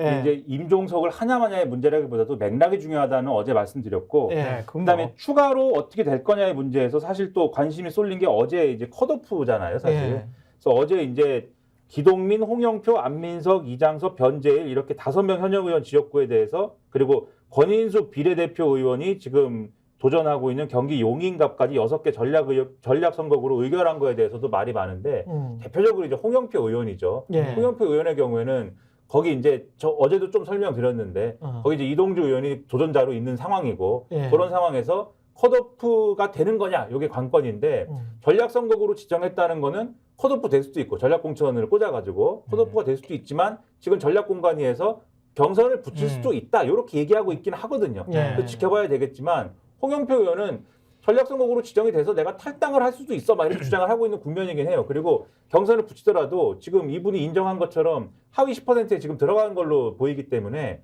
경선을 붙이더라도 이길 거냐에 대해서는 지금 상당히 부정적인 시선이 많아서 그러면 아마도 사실상 컷오프 아니냐 언론 이렇게 쓰고 있는 거거든요. 그리고 경선을 치르면 탈당을 못 하지 않습니까 사실상. 예. 그러니까 경선 치르기 전에 탈당할 거냐 요거를 가지고 많이 얘기를 하는데 근데 홍영표 의원 외에 지금 관심이 많이 집중되고 있는 지역구가 전해철 의원이 있는데 그다음에 이인영 의원이 있는데 여기는 이제 어떻게 할 건지 결정 안 했거든요. 근데 만약에 이렇게 다 쭈르륵 비슷하게 결정을 해버리면 소위 말하는 당내 비주류들 중에 소위 말하는 이제 좀 무게감이 있는 사람들이 다 포함이 돼버리는 거잖아요. 예. 그러면 집단적으로 더 많이 움직이나? 요게 이제 관심사예요 지금 언론에. 오케이. 근데 요런 얘기는 있습니다. 그러면은 소위 말하는 친문 내지는 비주류라고 하는 분들이 이게 지금 뭐 민주연대를 만든다 조직적으로 움직인다고 하는데 블럭화해가지고 같이 탈당하는 거냐에 있어서는 오늘 신문들의 이제 기사에 뭐 이렇게 문장으로 나온 것들을 쭉 종합을 해보면 그거 쉽지 않을 거다라고 전망을 하고 있어요. 왜냐하면 신문이라고 분류되는 사람들 중에도 단수공천 받은 사람들이 있고 네. 그 사람들은 지금 자기 선거 준비하느라 바쁘고 그렇죠. 그리고 지금 이렇게 컷오프 위기에 있거나 경선 치르는 사람들도 각자 지역구 사장이 다르고 앞으로 자기가 당내에서 어떤 역할을 할 거냐에 대한 전망이 다르기 때문에 그렇죠. 이게 하나로 의견 모으기는 쉽지 않은 국면이다라고는 얘기하고 있는데 그럼에도 한겨레 사설이나 경향신문 사설 이런 데서는 뭘 지적하냐면 정권 심판론이라는 전선을 강화하기 위해서는 이재명 대표가 어떻게든 통합해야 이것을 된다. 통합적인 부분으로 가져가야 된다라고 지적하고 있다. 네. 이 부분까지 말씀드리겠습니다. 어제 이재명 대표가- 잠깐만요. 여당 공천 이야기하죠. 3분 아, 예, 예. 그러니까, 여당 공천 이야기하죠. 아니, 예. 그 얘기로 넘어가면서 예. 이재명 대표가 어제 사실상 탈당하려면 탈당해라. 그 입당과 이야기했죠. 탈당은 자기 그거 자유다. 중요하죠. 이렇게 얘기했잖아요. 예, 예. 그거는 뭐 안 잡겠다. 예. 또 거기서 어떤 반발이 있더라도 그냥 예. 치고 나가겠다. 이런 뜻으로 보이는 거니까. 단호합니다. 이재명 보면 될 것 대표는 같고요. 지금. 예. 그러니까 새 이름만 기억하시면 될 것 예. 같아요. 지금 홍영표 의원도 있지만 전해철, 그다음에 아까 또 이인영 의원. 예. 어떻게 요 세 사람이 다 처리가 되는지 한번 예. 좀 보면 될 것 같고요. 그리고 저 여당. 경향신문을 한번 좀 보시면서 예. 오늘 국민의힘 공천에 대해서 얘기했으면 좋겠어요. 예. 의견 피력하고 아이고 이거 당선시킬 확대시키면서 거. 좀 깨진 것 같은데요. 장제원 측근 밀어넣기 논란. 네. 이게 그러니까 장제원 측근이 뭐 어디 들어갔습니까? 김대식 전 민주평통 사무총장 예. 공천받은 얘기하는 거죠. 예. 그 공천받는 과정에서 그러니까는 이분이 공천받는 과정에서 뭐 공천관리위원회에 대립도 있고 이랬는데 저 기사의 내용은 뭐냐면 공천받는 과정에서 어쨌든 이것이 이분이 장제원 의원 그 재벌 뭐 재벌이 아니죠 재단. 재단의 네. 어떤 중요한 역할을 하는 장제원 의원 집안의 가신이다 이런 평가가 있는 거잖아요. 아, 그래요. 네. 그래서 이분이 단수 공천을 받는 데 있어서 장제원 의원의 영향력이 있었느냐 이 부분이 항상 관심사인데 그 시스템 공천이 아니니까. 당연히 그거는. 있었다고 우리는 보는데 네. 실제적으로 보니까 있었다라는 증언과 어떤 그 증거들이 있어요? 제보가 됐고 아. 카톡이 있는데 요 메신저가 있는데 메신저 녹취 자료와 메신저가 있는데 카카오톡 메시지를 보면 장제원 의원이 직접 이렇게 주장을 하고 있습니다. 제가 16년 동안 갈고잡건 지역구에 제 의사를 밝히지 말라고 하시면 저는 투명 인간인가요? 이렇게 얘기하고 저는 구청장, 시의원, 구의원 저와 함께했던 많은 동지들의 뜻을 모아서 적절한 시기에 제 의견을 피력할 생각이고 그 후보를 반드시 당선시킬 겁니다. 이렇게 얘기를 해서 아 역시 장제원 의원의 영향력이 있었구나 이렇게 확인이 된다. 여러 사람이 이렇게 주장을 한다. 이런 기사고 어제 이제 여당 공천의 핵심 포인트는 일부 언론이 이렇게 썼는데 현역 불패 신화가 깨지는 것도 있다 이렇게 썼는데 그게 어디서 깨졌느냐 여러 군데서 깨졌지만 우리 장해찬 전 최고위원이 드디어 그 수영구에서 김건희 지키기 앞장섰던 전봉민 의원을 꺾었고요. 네. 네, 그게 구자룡 이재명 그렇죠. 저격수라고 불리는 양천갑에서 구자룡 비대위원이 조수진 비례대표 의원을 꺾었는데 네. 조수진은 밥 한 공기 때문에 날아간 거 아닌가? 근데 뭐 날아간 것보다도 중요한 것은 장해찬 전 최고는 네. 윤석열 대통령과 김건희 여사와 밀접한 관계가 있지 않을까 이렇게 의심하고 있는 거 아닙니까 우리가? 본인도 그렇게 굉장히 과시를 많이 했고 아니 그 계속 편들었잖아요. 그러니까, 각종 의혹에 관해서. 네. 그렇게 생각을 하고 있고 네. 구자룡 비대위원은 누가 영입했습니까? 이철규 인재영입위원장이 김기현 지도부 때 영입을 했고 네. 한동훈 비대위 체제에서 비대위원을 하고 있는 거잖아요. 네. 그러면 우리가 어떻게 생각하게 되냐면 현역 불패는 어디서 깨지는 거냐? 네. 윤심, 김심, 한심이 있으면 깨질 수 있다. 이렇게 이해하게 된다. 그런 마법이 또 세 개의 열쇠 다 가지고 있는 사람 좋겠어요. 한 개의 열쇠만 가지고 있어도 풀 수 있다. 그리고 경향신문에 바로 그 아까 보여드렸던 그 기사 위에 네. 서천후 공천 확정이라는 걸 키웠어요. 네. 약속 사면 얘기 나왔잖아요. 네. 이 대통령 특사 받기 전에 공천을 이미 신청해가지고 약속 사면 논란이 일었던 서천후 전 국가정보원 차장도 경선을 통과했어요. 이것도 역시 똑같은 맥락이라고 얘기할 그렇죠. 수 있을 거 아니에요. 네. 그렇게 하고 우리가 늙은 공천이라고 어제도 소개해드렸잖아요. 네. 이렇게 다 해놓고 보니까 늙은 공천이 아니라 김건희 일가 지키기 공천이라는 장해찬 최고위원하고 김건희 일가 지키기 공천이야. 장해찬 여기 전 김건희 최고가 일가에는 대통령도 포함돼 있어. 그러니까 대통령 일가 지키기 공천이라는 말을 제가 잘못했어요. 그 김건희 일가 지키기 공천이 아니 확실하다. 장해찬 전 최고가 부자룡 비대위원하고 손을 번쩍 들고 공천 혁명이 일어났다. 나는 젊다 이렇게 얘기했습니다. 예. 부자룡 46이던데. 아, 하여튼 그래? 장영환 공관위원장이 이런 뭐 이른바 그 정도면 젊은 거예요. 김건희 일가 지키기 공천. 공천 거기에 대해서 이런 입장을 밝혔는데요. 그 네. 입장을 제가 읽어드리면서 네. 오늘 마쳤으면 좋겠어요. 현역 감산 페널티를 감안해도 신인 득표율이 낮아 현역의 장점이 크다는 걸 느꼈다. 현역 불패에 대해서 얘기했는데요. 그러면서 이렇게 얘기했어요. 공천이 너무 드라이한 거 아니냐고 하는데 신선한 공기, 물처럼 드라이하지만 시원하고 맛있는 게 국민의힘 공천입니다. 뭐 맛 좀 봐라 이런 거 같은데. 영산 뭘 맛있네요. 예. 지금까지 스콕스 김성환 평론가, 김민하 평론가였습니다. 고맙습니다. 예. 네, 매일 정치권에서 쏟아지는 수많은 뉴스의 이면들을 분석하고 전망해 보겠습니다. 정치본색 심층토론 김정욱 전 청와대 행정관, 장성철 공론센터 소장과 함께하겠습니다. 안녕하십니까? 네, 안녕하세요. 예. 뭐 난리입니다. 난리인데 규정을 잘해야 될 것 같아서 공천과 관련해서 저는 민주당 공천을 가만히 보니까 이거는 확실히 당내 권력 투쟁형 공천이다. 네. 당내 권력 투쟁형 공천이다. 맞습니까? 그런 측면이 있는 거고요. 예. 어쨌든 또 하나는 이재명 당 대표가 음. 이제 완전히 뭐 이재명 당으로 민주당을 바꾸겠다라는 생각이 강한 것 그게 같아요. 권력 투쟁이야. 그러니까 그게 아. 8월 달에 있을 아. 뭐 전당대회 때 본인이 출마하든 아니면 이재명계가 다시 당권을 잡든 네. 그리고 2027년도에 대선에 본인이 안정적으로 대통령 후보가 되기 위해서 기반을 까는 거든 네. 그게 당내 권력 투쟁이라고 하시는 건데 예. 그것도 있고 또 하나는 어쨌든 본인의 사법 리스크에 대해서 이거 뭐야 이거 체포동의안 오면은 우리 당 의원이라도 나를 체포해가라고 찬성표 던지는 사람들 이 사람들 제거해야 되겠다라는 보복 심리도 좀 있는 것 같아요. 그럴 수도 있고. 네. 그 당내 권력 투쟁이라는 거는 여러 가지 심리가 있으니까. 네. 그리고 국민의힘 같은 경우는 김건희 일가 지키기 공천이야. 그러면은 또 우리가 선방이나 방심에 네. 뭐 유튜브라서 괜찮을지 모르지만 행정지도 받을 김건희 아니, 여사라고 하세요. 여사. 아, 그 부분. 제발 좀 그 용어 선택을 좀 적절하게 해주세요. 그 부분. 진짜 큰일 나요. 큰일 스픽스가 그러니까 규정이나 정의는 맞죠. 김건희 여사 일가 지키기 공천.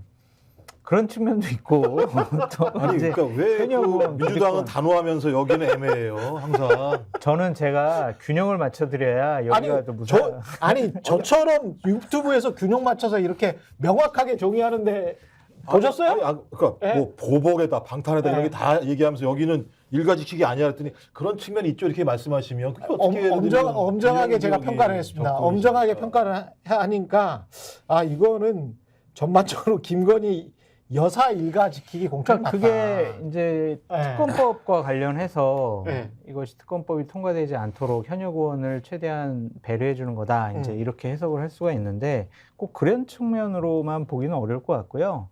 그냥 총선 승리를 위해서는 그냥 갈등과 혼란 없이 그냥 AI 경선 해가지고 이기는 사람 그냥 공천 줘라. 그러니까 이런 지키기 방침도 있는 것 공천이지. 같아요. 그러니까 그게 김건희 여사 지킨다라기보다는 네.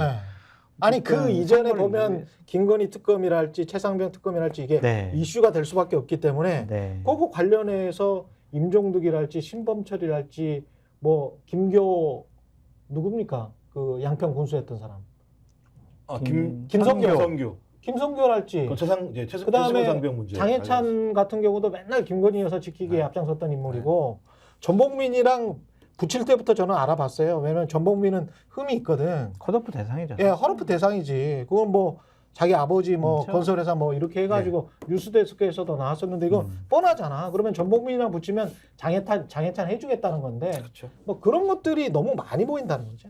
그다음에 원조 윤핵관이라고 할 수 있는 권성동 다 뭐 됐죠. 아무 말 없이 그냥 다 됐잖아요. 그러니까 맞는데 네. 그걸 또 이렇게 김건희 여사 지키기라고 하기는 공천. 조금 좀 무리가 아니, 그러니까 있지 않나. 현역 불패 공천이라고 하면 정확히 이미지가 살지 않아. 네. 그렇기 때문에 거기에도 명확하게 규정을 해줘야 되고 이것도 친문, 비문 이게 이렇게 쭉 족보를 따져고 보니까 친문이 아닌 사람들도 있고 그럼요. 그다음에 친명인 사람들 중에서도 그 아웃된 사람들이 있기 때문에 컷오프 된 사람들 대표적으로 안민석 같은 경우 컷오프 됐잖아요. 그렇죠. 그런 사람들이 있기 때문에 이거는 권력 투쟁형 공천이다. 이렇게 정의하는 게 맞습니다. 그러니까 일단 예. 정의를 잘해야 돼요. 김사공천이라고 얘기하는 거니까 예. 김건희 여사 제가 다 붙이기 플레임 붙이기 싫어가지고 김사공천이라고 얘기를 하는데 김사공천. 시험 때 핵심적으로 문제가 될 만한 분들은 예. 다 단수공천 해버렸잖아요. 예. 그러니까 청와대 그러니까 청와대가 아니죠. 용산의 핵심적인 비서관들 다 좋은데 단수를 꽂았죠. 예. 그다음에 문제가 될 만한 친윤 핵심 의원들 다 대부분 단수를 꽂았죠. 그러니까 장제원 의원 한 명 불출마 선언하고 난 다음에 대부분 다 단수 공천이 된 상황이기 때문에 누가 뭐라고 하더라도 말씀하신 건 잡음이 왜 없어야 되는가? 그러니까 잡음의 원천이 어딘가?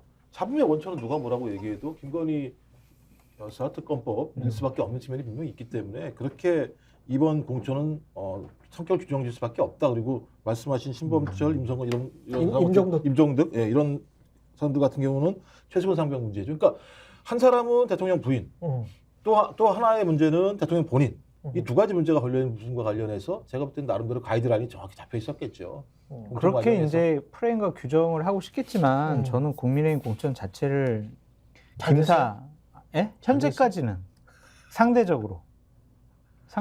아니 그러니까 이건 상대평가잖아요. 야, 이게 지금 상대평가인데 네. 자 한쪽에서는 네. 권력 아부형 권력을 지키기 위한 공천이었고 그 권력에 관해서 국민들의 60% 안팎이 야 뭐 저래 제대로 못해 집권 여당 좀 견제를 해야지 이렇게 했는데 집권 그걸 여당이 기대를 하지 마시라니까요.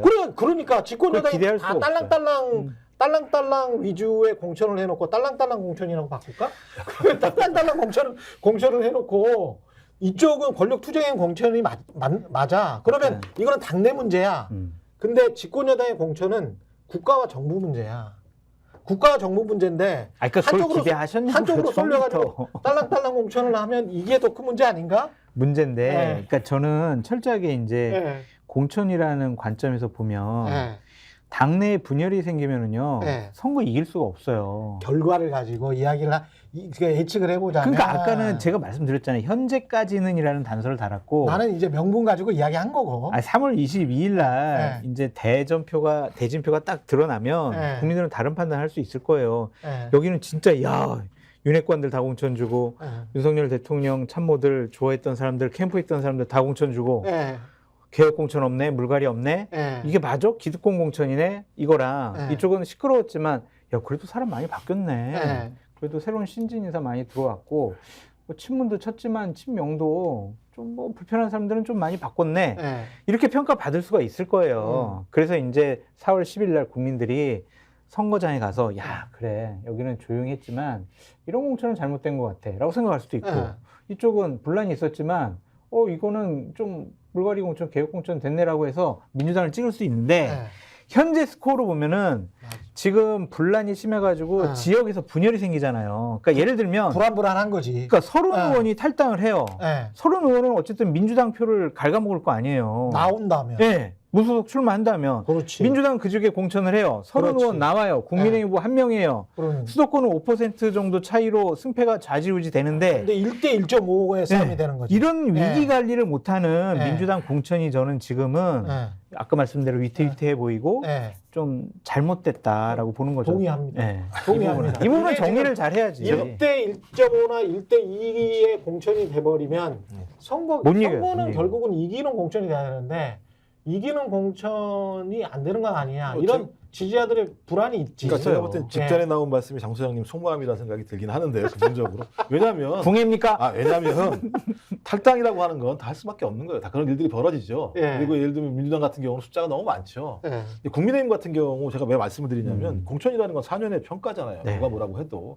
2020년도 대패를 했었죠. 따지고 보면요. 그 시스템 자체를 가지고. 그다음에 2022년도에 대선에서 승리했었습니다만 그 후에 대통령 지지율이라고 하는 게 30%대 아니었었습니까?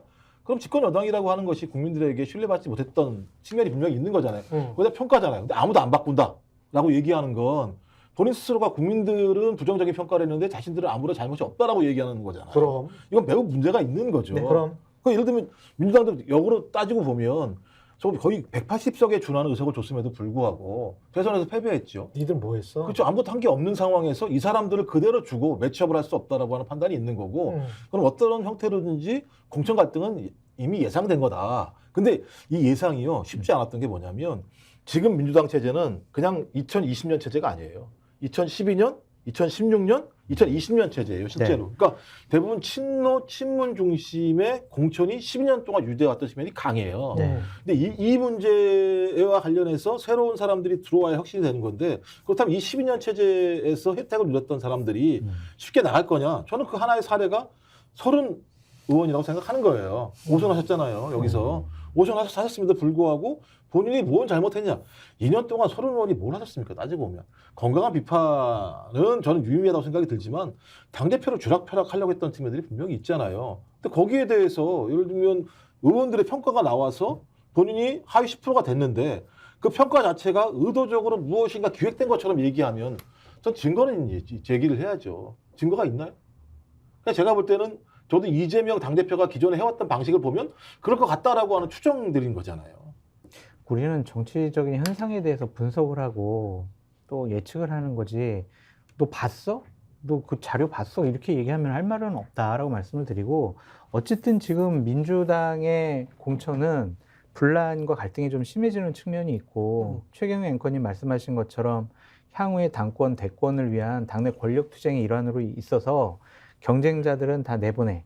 이러한 분위기도 있고 모습을 보이니까 그런 이미지 자체가 과연 선거에 도움이 될 것이냐라는 부분에 대해서는 좀 생각을 해봐야 될 것 같고요. 그건 생각을 해야 돼요. 네, 어쨌든 당대표가 공천은 공관위에서 하지만 당대표는 당의 갈등과 혼란을 좀 축소시키고 수습하는 데 열중해야 되는데 나갈 테면 나가라. 저 검은 백조 그런 거 아니야? 뭐 경선에서 경기에서 진다고 생각해서 나간다는 거 아니야? 아니 나갈 사람 다 나가버려.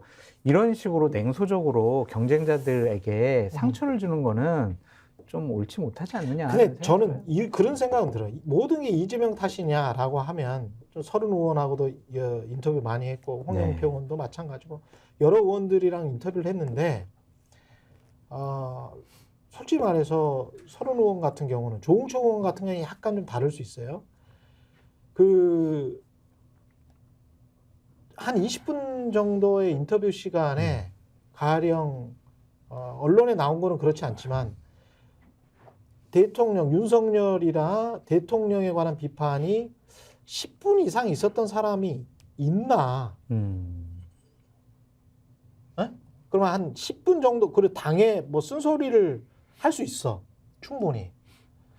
근데 이제 국민의힘 의원들 나오면 어떻게든 이제 딸랑딸랑하면서 피해가려고만 노력하고 뭐 계속 대통령 지키기 앞장섰단 말이에요. 맞아요. 모두 유승민과 이준석 빼고는 다 마찬가지야. 이현주 정도 빼고는. 그런데 장성철 빼고 네. 마찬가지야. 근데 민주당의 이른바 이제 그 비주류라고 하는 사람들이 나와가지고 하태경도 이런 식으로는 절대 안 하거든요. 네. 하태경 의원도. 근데 서른이랄지 나와서 노골적으로 욕만 하다가 하거든요. 이재명 이재명 대표에 욕만 대해서. 하고 가.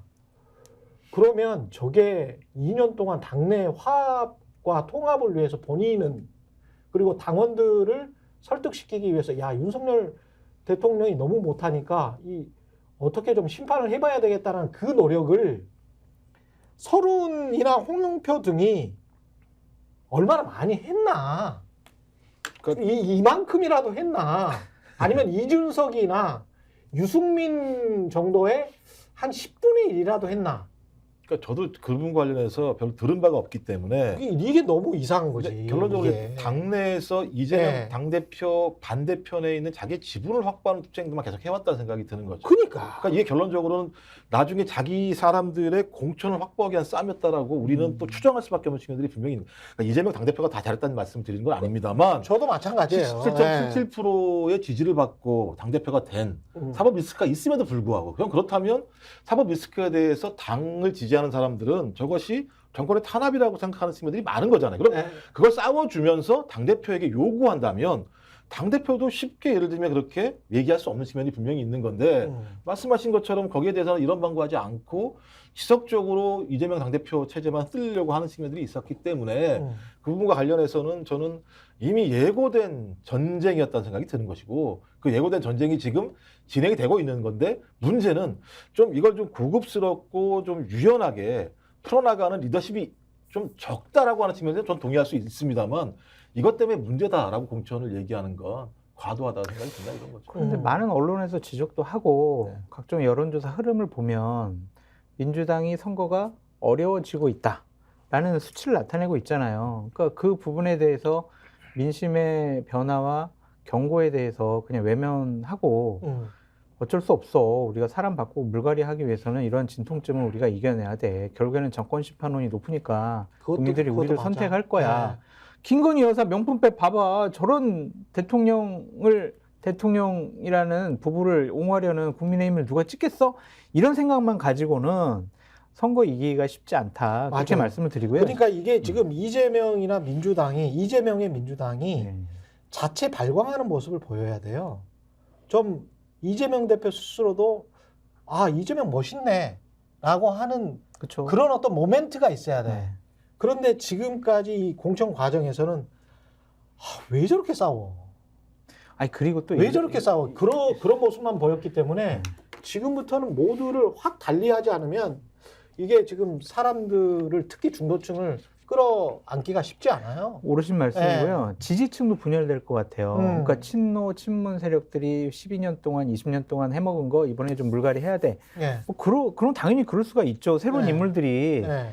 그런데 그래도 2월 4일 날 문재인 대통령 만나가지고 우리는 명문정당입니다라고 했고 문재인 대통령이 여러 가지 당부의 말씀도 했고 이해찬 전 대표도 어쨌든 민주당 계열, 진보 진영 계열에서는 어른인데 그분이 얘기한 것에 대해서도 싸그리 그냥 바로 무시해버리는 듯한 결정을 하는 것이 당내 화합과 통합에 맞는 것이냐.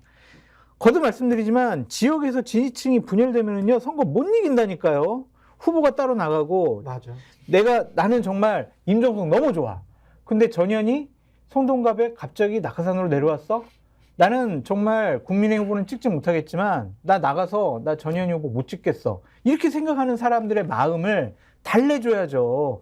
아유 그래요. 우리 임종석 우리 전 실장도 정말 민주당의 진보 진영의 좋은 자원이고 훌륭한데 저희가 정말 이번에는 이렇다고 뭐 설득을 하든지 해야지. 그거 안 하고 나갈 테면 나가세요. 이거는 상처 주는 제가 거예요. 볼 때는 장 소장님의 충정으로 생각을 하고 충정. 저 보수우파 패널. 그러니까 말씀하신 것처럼 갈등들이 존재했었고요. 그러니까 두 가지 층이 있는 거예요. 하나가 이제 심층에는 정권 심판에 대한 국민들의 분노가 되게 높은 건 사실이죠. 그럼요. 이제 또 하나가 네. 뭐냐면 그럼 찍을 만한 정당이 어디 있어? 찍을 만한 인물이 어디 있어라고 하는 측면인데 여기서 민주당 지지층과 중도층을 최대한 투표하게 만들어내야 되는 네. 이 두 가지가 결합됐을 때 압승할 수 있는 그렇죠. 거라는 생각이 드는 건데 지금 네. 말씀하신 두 번째 문제와 관련해서 이렇게 갈등이 심하게 되면 민주당과 중도층 같은 경우 투표에 나오지 않을 가능성이 높잖아. 그럼 그렇죠. 투표율이 떨어지게 되면 수도권에서 소위 승리할 수 있었던 지역 자체가 박빙으로 가게 그래요. 되고 네. 박빙인 지역이 질 수밖에 없는 거 아니냐 네, 이런 네. 말씀을 하신 거에 대한 고려는 분명히 전 내부에서 하고 네, 있을 거라 생각이 네. 드는데 1차적으로 사건이 도드라져서 그런 게 합니다만 소위 과거에 친문이라고 얘기했던 현역 의원들 상당 부분 다 단수로 공천됐어요. 실제적으로는. 그러니까. 대부분 다 돼 있어요. 예. 근데 몇 가지 지역입니다. 몇 가지 그렇더라고. 지역. 핵심적인 그렇더라고. 인물들이에요. 상징성이 있잖아요. 왜냐하면 저는 임종석 그 전 비서실장 제가 개인적으로도 아는 분입니다만 뭐가 문제냐면 이 지역은 홍익표 전 원내대표가 이미 다 네, 거기가 네, 떠났기 때문에 서쪽 올라갔죠. 예, 전략 지역이에요. 아니, 맞는데. 여기는 예를 들면 그러니까 상식적으로 정치를 잘 아시는 분이기 때문에 본인이 거기에 들어가는 것과 관련해서 제가 작년에도 많이 타진했던 걸로 알고 있어요. 임종석 전 비서실장 스스로. 근데 한 번 정계 은퇴를 했던 분이 예, 예. 또 국회의원 출마를 하면서 제가 볼 때는 예. 임종석 실장도 좀 욕심이 너무 많아 보이는 게 본인이 중성동 그 성동에 한양대 있지 않습니까? 네네네. 본인이 한양대 전대협 의장 출신이고 네. 그래서 이제 한양대 있는 곳으로 가겠다. 그럼 너무 쉬운 곳을 이른바 중진이 대중적 인지도 높은 중진이 그러면 그것과 가령 뭐 경남의 김태호다 도지사까지 했어. 근데 초기에 국민의힘에서 네. 다른 쪽으로 좀 가주세요. 네, 네. 라고 했을 때 그 세 분인가 그 중진들 아 그러겠습니다라고 네, 했잖아요. 네. 서병수 의원까지. 네. 그것과 민주당의 지금 임종석 의원이 보이는 태도 끝까지 나는 아니다 다른 지역구가 아니다라고 하는 그 태도가 이게 이재명만 탓할 노릇인가? 그러니까 제 생각에도 그냥 명문정당이라고 하는 좀 이상해. 최소한의 네. 방식이 뭐였냐면 적어도 당 지도부는 송파갑으로 보내려고 했던 거예요. 네. 그러니까 명문정당이기 때문에 여기를 갖다 보내는 순간 전체의 선거판 자체가 다 흔들려 버릴 수밖에 없어요. 왜 실제적으로. 본인이 꼭 그 한양대에 있는 성동굴만 가야 돼?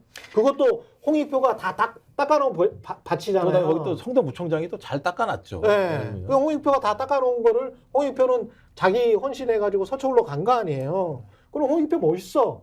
그러니까 멋있게 보이는 모멘트를 이재명만 못 만들고 있냐고 하면 서른이랄지 임종석이랄지 다 못 만들고 있어. 그러니까 그거를 네. 설득을 해야 되는 게 지도자가 당대표가 해야 될 일이라고 저는 생각이 들거든요. 네. 임종석 안 갈라 그래요. 그렇더라도 몇 번이라도 불러서 자 아. 우리 수도권 선거 어려운 지역 가주시라. 그래야 우리가 서울 지역에서 승리할 수 있는 모멘텀을 마련할 수 있지 않냐.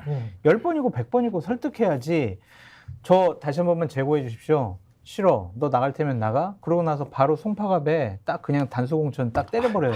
감정적이잖아요. 아니, 그 전에 제가 말씀드렸죠. 작년에도 마찬가지입니다만 여기저기 예를 들면 임종석 전 비서실장이 스스로 얘기하지 않았겠습니다만 타진을 했죠. 이 성동에 오는 거에 대해서. 근데 갑론을박이 많았어요. 왜냐하면 586에 대한 분위기가 그렇게 좋지 않은 상황이고 또 이재명 체제에서 소위 친문의 좌장은 아닙니다만 비서실장을 했던 분이 여기 왔을 때 선거판 전체에 대한 우려가 있다라고 하는 갑론을박이 많았던 네. 상황이었었고 아니 지금 여기서 결과적으로 맞는데. 윤희숙 대 전현희가 되면 네. 누가 이길 것 같아요? 그래서 거기는 민주당의 우세 지역이죠.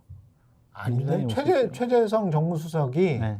그때 이런 이야기를 했어요. 한 어젠가 그젠가 나와가지고 거기는 임종석 아니면 네. 그 누가 나와도 굉장히 불리한 지역이다. 아니 홍익표 원내대표도 여기서 당선됐잖아요. 계속 아니, 여기서 근데 국민의힘 제가 볼 때는 자 윤희숙 엘리트예요. 서울대 나왔어요. 네, 전현희 서울대 치대 나왔어요. 게다가 변호사야. 네. 예? 엘리트들끼리 만나잖아요. 근데 중성동에 지금 고층 아파트들이 많이 생겼어. 네. 근데 윤희숙 대 임종석은 이미지상 임종석의 운동권, 윤희숙의 운동권 비판, 그리고 경제학자. 네. 내가 보기엔 구도 자체가 불리한데? 나는 이 구도 자체가 이거 누가 선택했는지 모르겠지만 나는 이 지역구만 봤을 때는 윤희숙 대 전현희가 훨씬 더 민주당한테 유리한 구도인데 이걸 왜 임종석한테 꼭 줘야 된다는 건지 내가 이해를 못 하겠다는 거야. 그러니까 이제 논리를 만든 건데요. 네. 일단 1차 데이터가 나온 게 있어요. 보면 네. 이제 윤희숙 대 임종석 10% 이긴 게 나왔다. 누가 이겨요? 임종석. 예, 그다음에 또 한 명의 예비 제가 이름도 잘 모르는 예비 후보예요. 민주당에 오차 범위에서 이겨요. 1몇 %. 그러니까 이게 민주당의 그러니까 좋은 지역이에요. 저는 그러니까 예를 들면 전현희 왜 하필이면 전현희 의원인가라고 하는 측면은 계속 이제 동일하게 매칭을 시키는 것 같아요. 네. 안기령을 갖다가 젊은 사람끼리 매칭을 시키는 것처럼 매칭을 시키는 측면이 있는데 말씀하신 건 사전 작업들이 잘 됐어야 되는데 이제 문제는 전현희 저 국민권익위원장 같은 경우도 마찬가지입니다만 몰랐다는 거잖아요. 네. 그러니까 저는 그러니까 이런 작업들을 하려면 다 했어. 충분히 본인이 그 사실을 알아서 이런 리스크가 발생했을 때 전현희 국민권익위원장이 임종석 전 비서실장도 끌어안으면서 그렇죠. 안착할 수 있게 할 수 있는 모양새예요. 공간과 여백을 줬어야 되는데 관리의 문제. 네, 이 부분은 제가 볼 때 아쉽습니다만 관리의 문제. 예. 이제 예를 들면 뭐 험지다라고 하는 얘기에 대해서는 네. 좀 동의하기 어려운 측면이 있고 험지? 있는 거죠. 험지라고 이제 최재성 네. 성동을이 정의나 왜 험지예요? 민주당이 계속 이겼는데 한 아니, 번도 국민의힘 계열이 이긴 적이 임종석 없어요. 전 비서실장이 험지라고 얘기하잖아요. 임종석 비서실장 아니면 안 된다는 건데. 네, 뭐 그런 건 아닌 것 같고요. 네. 어쨌든 우리가 계속 비판을 제가 계속 해왔던 게 뭐냐면 당 대표로서 네. 지도력과 리더십을 발휘해라. 그것은 갈등 구조를 최소화시키는 것도 중요한 리더십 중에 하나다. 네. 처음에 우리가 한동훈 비판을 했던 게 김경률 갑자기 마포 갑인가요? 거기에 우리 출마시키겠습니다. 이렇게 했었잖아요. 그 당시에 당협위원장했던 김성동 당협위원장이 반발했잖아요. 막 왜 그걸 사전 조율을 못했냐. 아름답게 꾸밀 수 있었는데 마찬가지라니까요. 이것도 10번이고 100번이고 설득해가지고 좋은 모습을 보였으면은 민주당이 그래도 분란 없이 분란을 최소화해서 총선을 맞이할 수 있는데 지금 갈등을 최대한 증폭화시킨다. 그래서 감정 공천이 되는 것이 아니냐 그런 비판을 전하는 거예요. 자, 지금 상황에서 네.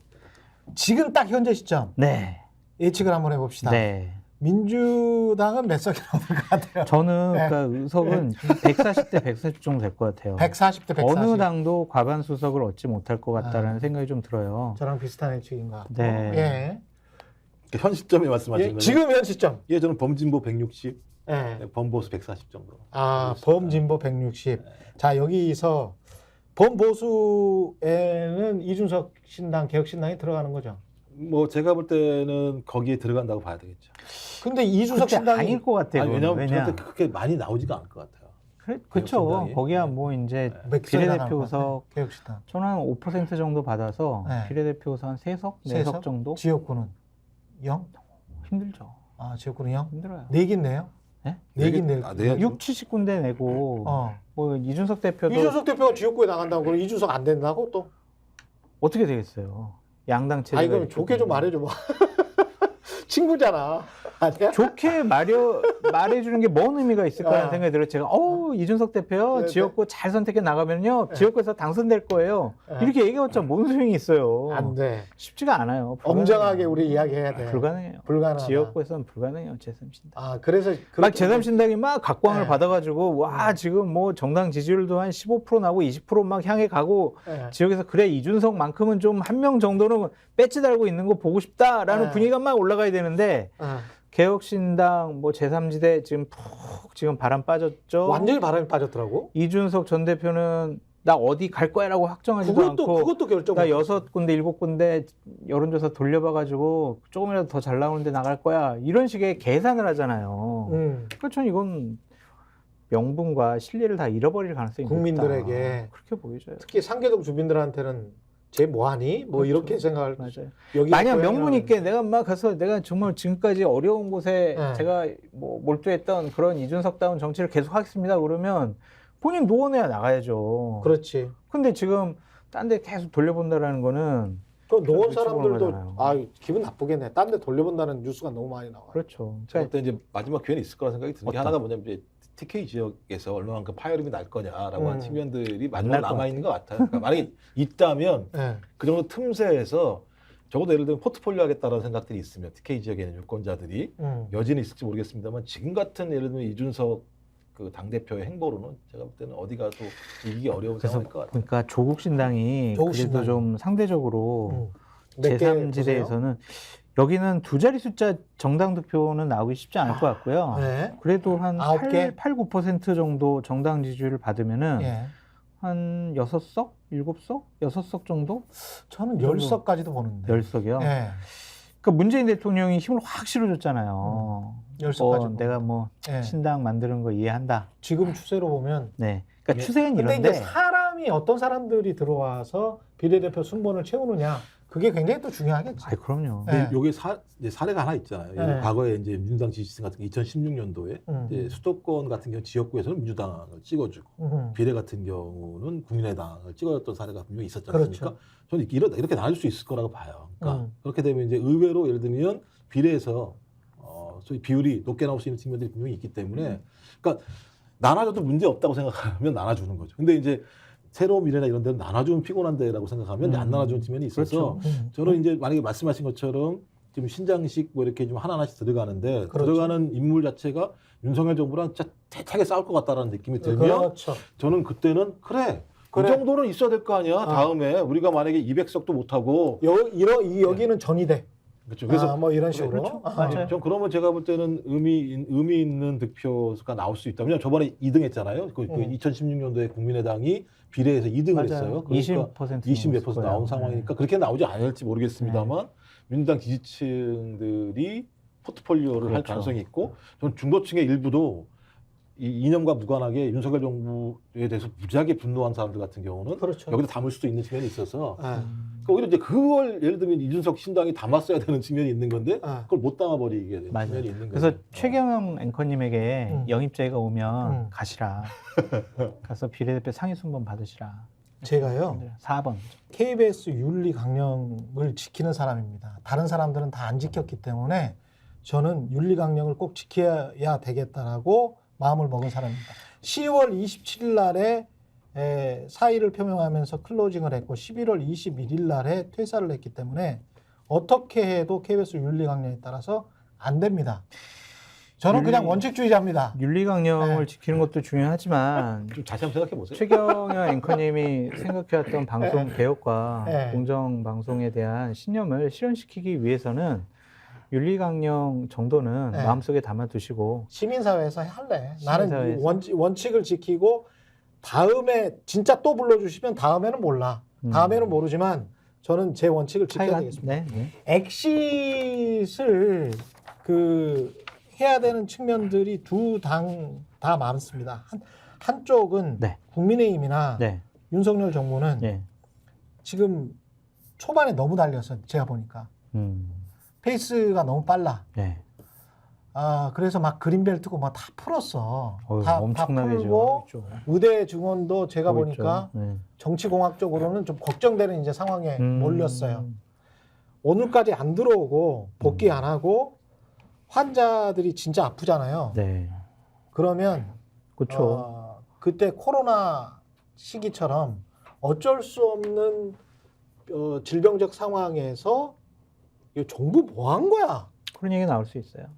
정부 지금 뭐 하는 거야? 맞아요. 이 총선 때문에 지들 이거 뭐 하는 거야 도대체? 이렇게 화살이 이쪽으로 거꾸로 돌아가면 지금 그런 원래 정치적 의도가 있었는지 없었는지 모르겠습니다만 그 의도의 부메랑을 그냥 바로 맞아버린다. 그럼요. 왜냐면 제가 다쳤어요. 나가다가 네. 병원 갔어. 의사가 네. 없어. 처음에 의사 욕을 하겠죠. 예. 그런데 이제 병원에서 막 설명도 해. 의사가 와서 설명을 해. 예. 그럼 이게 정부 뭐 하는 거야? 이렇게 되겠죠. 그렇죠. 그래서 지금은 국민의힘이나 예. 여권에 유리한 의사 정원 확대 논란이지만 예. 선거일 갈수록 이게 해결 안 되면 그렇죠. 정부의 여권의 국정 운영 능력에 대한 의구심으로 변환될 수 있어요. 그리고 이게 지금 제가 보기에는 윤석열 대통령은 관리를 좀 해야 되는 측면이 굉장히 있고 예. 사실은 타협을 해야 되는 시점이 점점 다가오고 있는 것 같고 근데 제가 볼 때 수습이 불가능하다고 생각이 들어요. 수습이 불가능해요? 왜냐하면 그러니까 총선용으로 나왔기 때문에 그런 거예요. 음. 그러니까 2020년도에 네. 문재인 정부 당시에 400명 정도 합의안이 있잖아요. 서로가. 그렇지. 코로나 때문에 그걸 갖다 실행은 못했습니다만 예.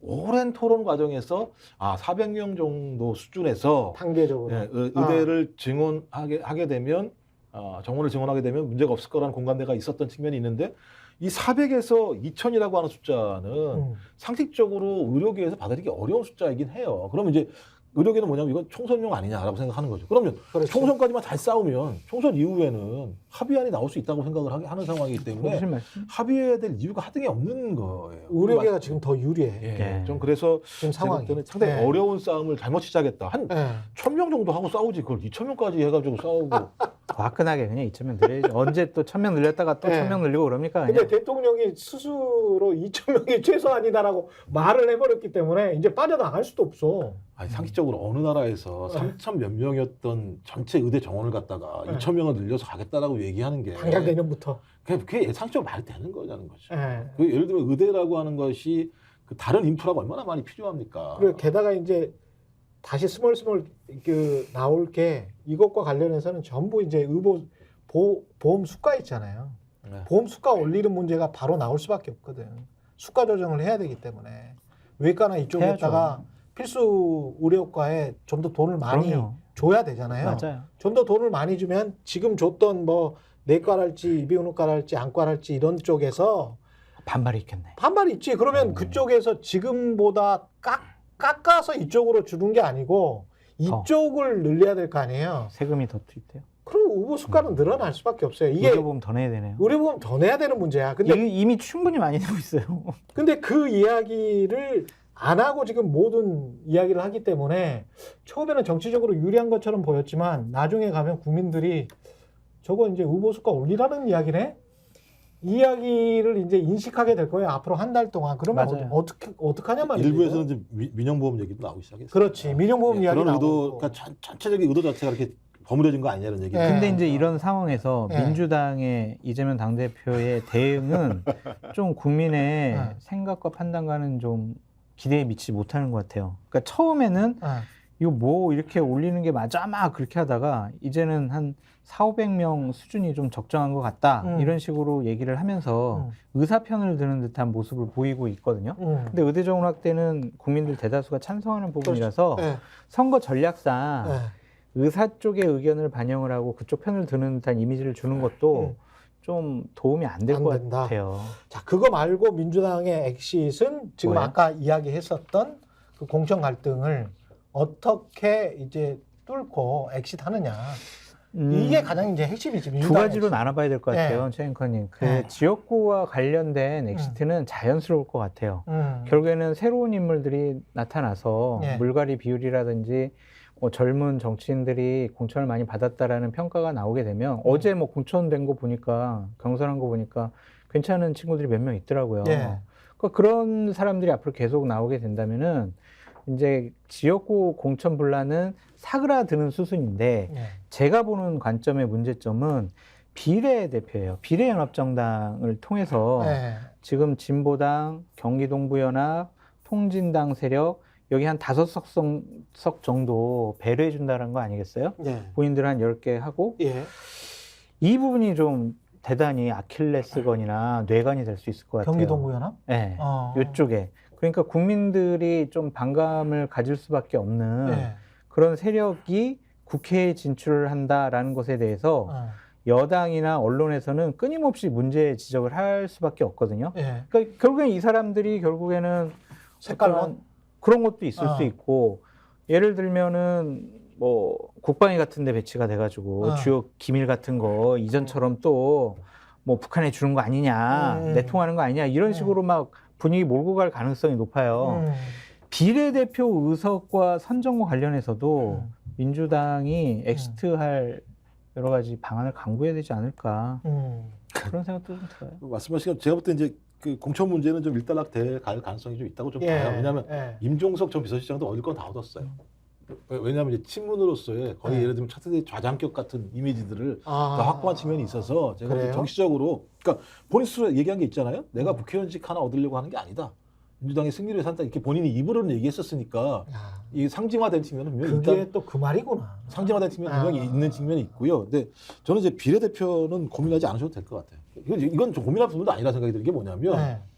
진보당, 그러니까 이게 예를 들면 연합정당이라는 측면에서 진보당 스스로가 당원들이 결정한 비례대표 후보에 대해서 민주당이 왈가왈부할 수 있는 측면은 아니다. 그것이 말씀하신 것처럼 중대한 결함이 있다면 문제 제기할 수 있을지 모르겠습니다. 그렇지 않으면 그걸 제기한 것 자체가 문제가 있다는 생각이 들고 아마 민주당도 말씀하신 것, 장소장님 말씀하신 것처럼 그런 우려들이 잘 알고 있기 때문에 제가 알기로는 좋은 영입 인재들이 들어와 있어요. 실제적으로 민주당에서는. 나름대로 제가 볼 때 전문성들이 있는 사람들.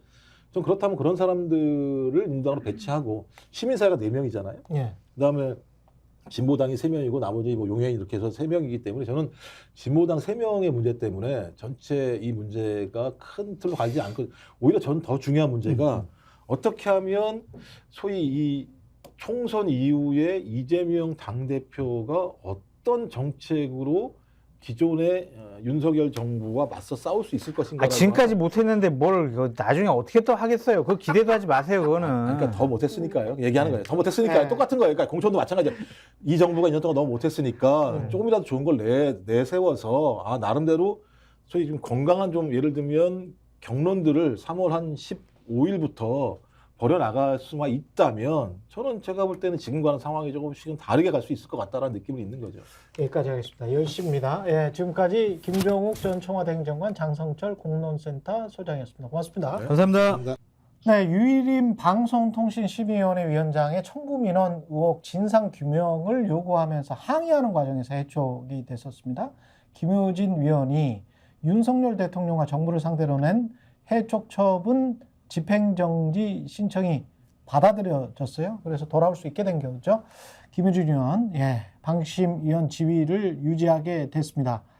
지금 상황을 좀 알아보겠습니다. 김효진 방심위원 전화로 연결돼 있습니다. 안녕하세요. 네, 안녕하세요. 예, 지금 그러니까 이게 방심위원이 그 회의가 있을 때 가는 자리이죠? 어떻게 됩니까? 네, 저는 비상임위원이라서 그렇죠. 회의가 있을 때 참석을 하는 형식입니다. 그렇죠. 그러니까 이제 위원 자격은 법원으로부터 다시 얻긴 네, 네. 했지만 네. 다음 회의 때 그러면 참석을 하시게 되나요? 일단 뭐 저는 그렇게 생각을 하고 있습니다만 예. 지금 그 유일임 위원장 쪽에서 어떻게 나올지 정확히 잘 예측을 못 하겠습니다. 그러니까 제가 해촉되기 전에 방송심의소위원회를 들어갔었거든요. 그렇죠. 그런데 지금 제가 해촉되고 난 이후에 그 방송 소위를 다른 분들로 구성을 해버렸거든요. 그래서 사실은 제가 복귀가 되면 여권위원 한 분이 방송 소위에서 나가시는 게 맞아요. 그런데 그런 조치들을 지금 취한다는 소식이 들리지 않고 있어서 어떤 식으로 대응을 할 것인지 제가 정확히 예측을 못 하겠고, 그러나 저는 그 이전 상태로의 복귀를 전제로 해서 회의에 나가야 되지 않을까 그런 생각을 하고 있습니다. 사무처에서 어떤 연락은 못 받으셨어요? 다음 회의에 참석해 달라는? 네, 정말 이상할 정도로 위원회로부터는 뭐 실무적인 것부터 회의 참여에 이르기까지 어떤 내용도 지금 전달받지 못하고 있습니다. 이상한데 앞으로 일정이나 이런 것들도 이제 다시 통보를 해줘야 되고. 그렇죠. 네네. 회의 자료도 이제 받아야 되고. 그렇죠. 그런데 정말 아무런 연락이 없네요. 아니 그러면 법원의 결정을 일개 지금 저기 아무리 독립기구라고 하지만 이 민간 기구죠, 방심위가. 네, 민간 독립기구. 민간 독립기구죠. 네네네. 그러면 여야 대통령이 추천해서 만들었긴 했지만 그 기구의 성격이 민간 독립기구인데 법원의 결정이 났는데 그것과 관련해서 뭐 집행을 해야 될 거 아닙니까? 그래서 예. 좀 저도 어쩔고 이러나라는 생각은 드는데 예. 저는 그냥 원칙대로 처신하면 되지 않을까 그렇죠. 그렇게 생각합니다. 일일이 전화 걸어 보셔야 되겠네. 지금 오늘 언제 회의를 하는지 뭐 이런 것들. 뭐 제가 전화를 거는 건 적절하지 않은 것 같아서 예. 일단 정기회의가 다음 주 화요일이거든요. 예. 그래서 저는 이전에 그 지위를 유지하기 때문에 이전에 하던 일을 그냥 하겠다라는 게 기본 입장입니다. 그러면 다음 주 화요일에 그냥 출근하시는 거네요? 네네네. 예. 근데 어떤 결과가 나오는지 좀 봐야 될 것 같고, 법원 결정문을 보면요. 네네. 이게 청부 민원 의혹이 언론의 취재 결과에 기초한 것이라 단순 의혹 제기라고 보이지 않는다. 네. 단순 의혹 제기가 아니다. 네네. 의혹이 사실일 경우 이해충돌법 위반에 해당한다. 그러니까 유일임 위원장의 이해충돌법 위반이다. 이런 말이잖아요. 그죠? 네네네. 그리고 위원장이 심의를 회피하지 않고 참여한 것은 방심위의 독립성과 공정성을 훼손할 우려가 있다. 이 역시 김유진 방송위 위원이 제기했던 것들이고, 네네. 그래서 김 위원의 진상규명 요구가 공익에 부합하는 측면이 있다. 네, 그렇게. 네. 그럼 법원의 결정문도 사법부도 네네. 김 위원의 의견 그리고 해석을 그대로 받아들여 준 거잖아요. 저희 측의 주장을 어느 정도 수용해 어느 정도는 주셨다고 수용했다. 보이고, 그리고 이게 단순히 저의 해촉이 부당하다를 넘어서서 그렇죠. 저의 행위를 굉장히 적극적으로 좀 해석해 준 거다. 저는 그렇게 생각이 들거든요. 그래서 말씀하셨듯이 유일임 위원장의 청부심의 의혹이 사실이라면 이건 이해충돌에 해당한다. 그리고 저의 진상규명 요구가 공익적 측면이 있다. 이거를 적시를 했기 때문에 앞으로 진상규명을 요구하는 과정에서도 제가 좀 힘이 되기도 하고요.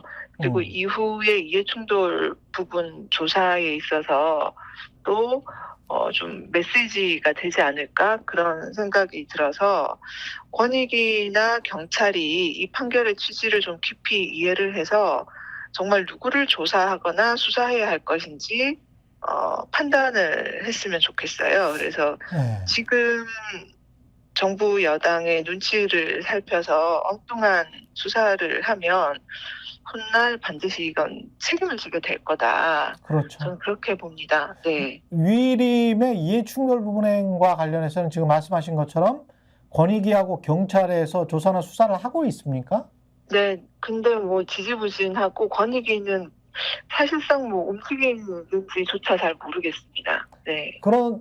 그리고 이제 이른바 이제 대통령을 옹호하는 극우단체들이나 이쪽은 네. 그 민원을 제기한 그 유일임의 가족이나 지인들, 친척이나 이런 사람들의 뭐 어떤 개인 정보를 네. 방심위의 누군가가 언론에 제공한 거 아니야.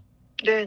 이게 개인 프라이버시 위배다라는 식으로 해서 오히려 방심위의 내부 고발자를 색출해라. 네. 라고 역으로 지금 고발을 하고 있는 상황이잖아요.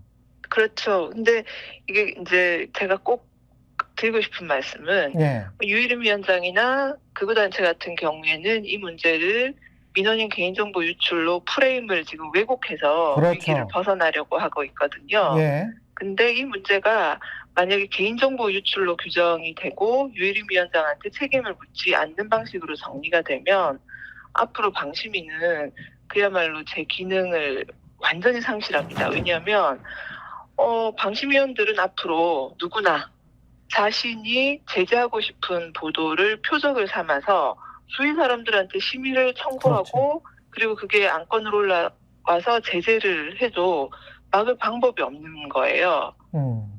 직원들이 그 정황을 확인해도 개인정보 유출로 처벌을 받게 된다면 누가 그 문제를 지적을 하겠습니까? 그러니까 여야를 떠나서 어느 위원이든 표적을 삼아서 심의를 할 수 있다라는 결과가 나오는 겁니다. 그래서 이 문제는 단지 유일임 위원장 개인에게 책임을 묻겠다 차원을 넘어서서 방심위 존립을 위해서도 반드시 진상규명을 해야 되고 유일임 위원장은 법적으로 그리고 정치적으로 도덕적으로 상응하는 책임을 져야 되는 겁니다. 이 모든 논란의 시작이 사실은 뭐 대통령 그 명예훼손과 관련된 뉴스타파 대통령 쪽에서 주장을 하는 거죠. 명예훼손을 당했다고, 그죠? 예. 네. 그런 그 대통령실 또는 정부 여당 그리고 극우 단체, 극우 일베 유튜브들이 동시다발적으로 공격을 하고 언론에서 그걸 받아주고 그리고 난 다음에 그 편향적인 극우 단체들 그다음에 그 국민의힘 쪽에서 방심위에 국민의힘 당원 뭐 이래가지고 심의를 많이 넣습니까? 민원 같은 걸 넣습니까? 유일임의 가족이나 지인들뿐만이 아니고 그 전에도 그 민원인에 대해서는 위원 개인에게 공식적으로 공개를 자료를 못하죠. 제공하지 않습니다. 자료를 제공하지 않군요. 네, 자료를 제공하지는 않는데 오히려 이제 국민의힘이나 그 우익단체, 극우단체들 쪽에서 우리가 방심위에 오는 이러이런 보도를 심의를 요청했다라고 홍보를 하거든요. 그런 거 많이 봤어요. 그래서 오히려 공개적으로 그분들이 스스로가 우리가 이제 방심위에 이러이런 그 민원을 제기한다라는 거를 밝히기 때문에 저희가 알게 되는 그런 경우들이 많고요. 그리고 국회에서 이제 국정감사 과정에서 국민의힘이 얼마나 많은 민원을 넣는지 이런 것들이 이제 자료로 드러나는 거죠. 그렇죠. 네. 그 전에 방심위원장이었던 정현주 전 위원장이 한번 그 관련해서 사실을 이야기한 적이 있는 것 같고요. 기자들 앞에서. 그 얘기를 했다는 이유로 그 당시에도 국민의힘이 민원인의 정보를 공개했다라고 하면서 경찰에 고발을 했었죠. 고양이 재발절인 듯한 그런 모습을 보였는데 이게 저는 그 언론인 입장에서 가장 정파적인 집단, 가장 정파적인 뭐 정당은 정파적이니까요. 네. 그렇죠. 가장 정파적인 집단이 언론을 상대로 공정성 운운하면서 방심위를 압박하고 민원을 제기하고 그 민원을 통해서 방송사에 경고 등 어떤 제재가 들어가고 그게 방송사에 나중에 인허가와 관련해서 영향을 미치는 이 구도는 지극히 반민주적인 거 아닙니까? 이게 이렇게 해서 어떻게 언론 자유를 지킬 수 있나요? 일단 이제 이게 여러 가지 문제를 지적을 하셨는데요. 예. 조금 정리를 해보면 예. 많은 분들이 지금 방심위 위원 구성이 정치적으로 이렇게 문제가 있다. 그러니까 여 6명, 야 3명 이렇게 구성되는 자체가 문제가 있다라고 하시면서 구성 방식을 좀 바꿔야 된다고 주장을 하세요. 그거 첫 번째. 예. 선거방송심의위원회 같은 경우에는 공직선거법에 따라서 추천 기관을 어느 정도 이렇게 규정을 해놓고 굉장히 다양하게 그 구성을 하게 만들어 놨거든요. 예. 그런데 제도를 이렇게 갖추어 놓는다고 하더라도 운영을 어떻게 하느냐에 따라서 완전히 이제 그 파행으로 갈 수도 있다는 게 지금 선거방송심의위원회를 보면 알 수가 있어요. 그렇죠. 그러니까 유일임 위원장이 자기의 그 대학원 논문 스승님을 위원장으로 앉힌다거나 또는 특정 종편 출신을 위원으로 추천한다거나 하는 식으로 아니 그것뿐만이 아니고 얼마든지- 선거방송 심의에 지금 위원으로 들어가 있는 사람이 KBS 출신의 PD 있잖아요. 최철호라고. 네, 잘 알고 있습니다. 그런 예. 식으로 해서 최철호 같은 그렇게- 경우는 공정 무슨 연대인가 만들어가지고 지금 말씀하셨던 각종 그 KBS가 편파다, MBC가 편파다라고 해가지고 그런 시민단체를 통해서 각종 민원을 제기했던 사람 아닙니까? 그러니까요. 그런 사람이 다시 선거방송 심의를 지금 하고 있잖아요.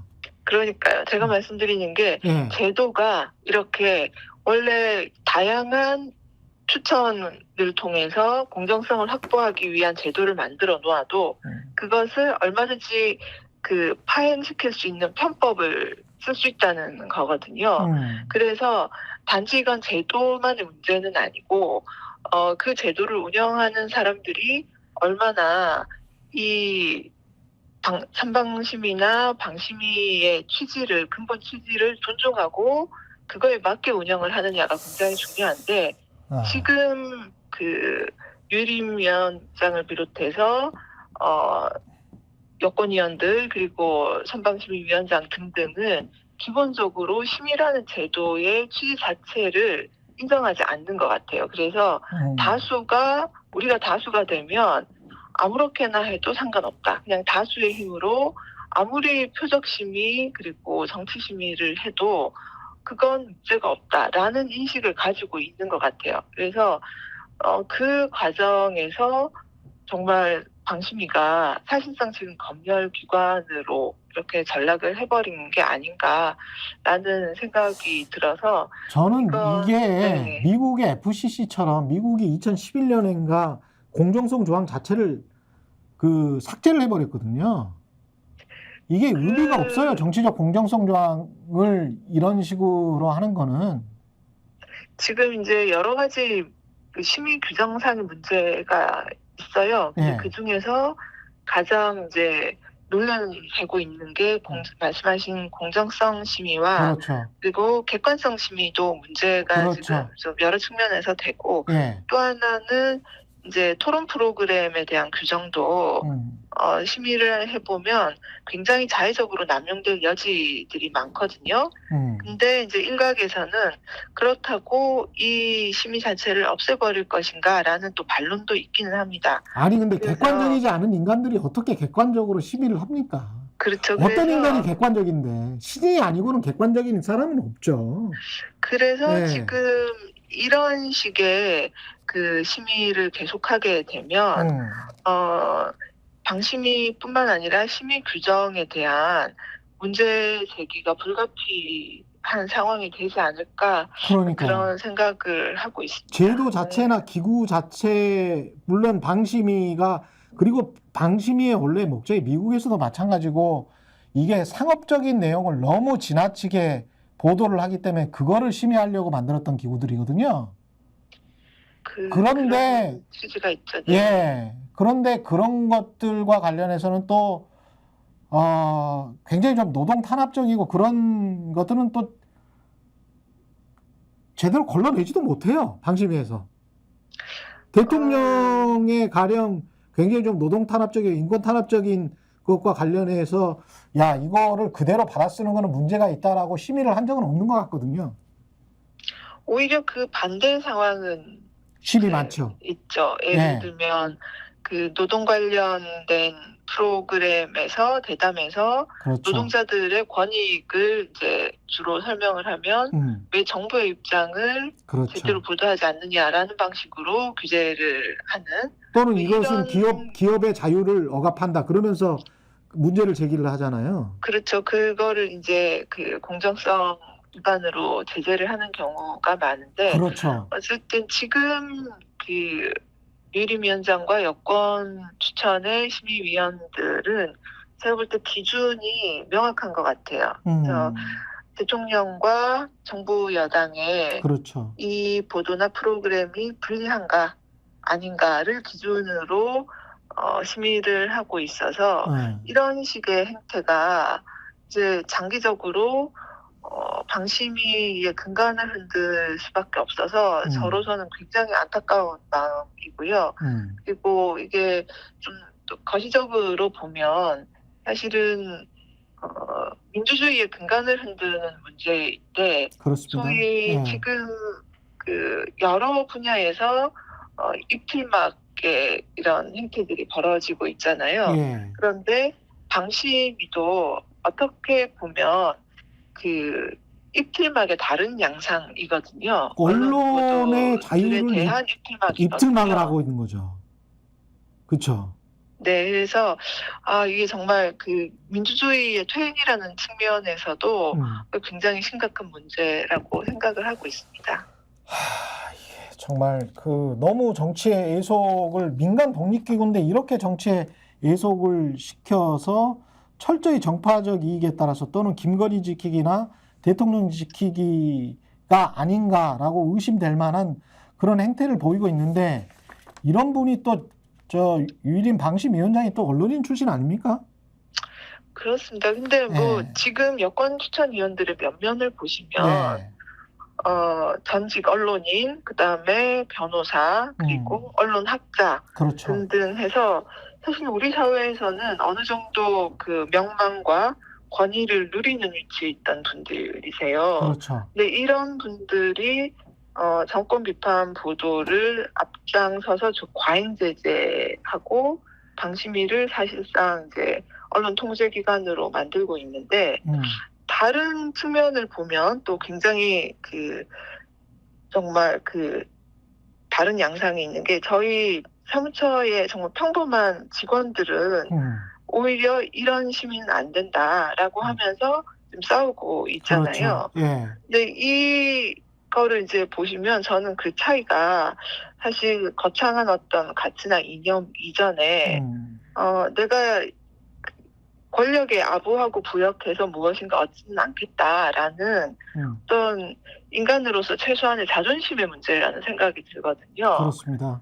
네, 그래서 이런 것들을 우리 사회에서 그래도 어느 정도 지위를 누렸던 분들이 생각을 하셔야 되는데 이런 분들은 자존심을 사실상 버리고 권력에 사실상 부역을 하고 있고 평범한 직원들은 자신의 어떤 직업윤리 그리고 소박한 인간으로서의 자존심 이런 거를 갖고 지금 싸우고 계신단 말이에요. 네.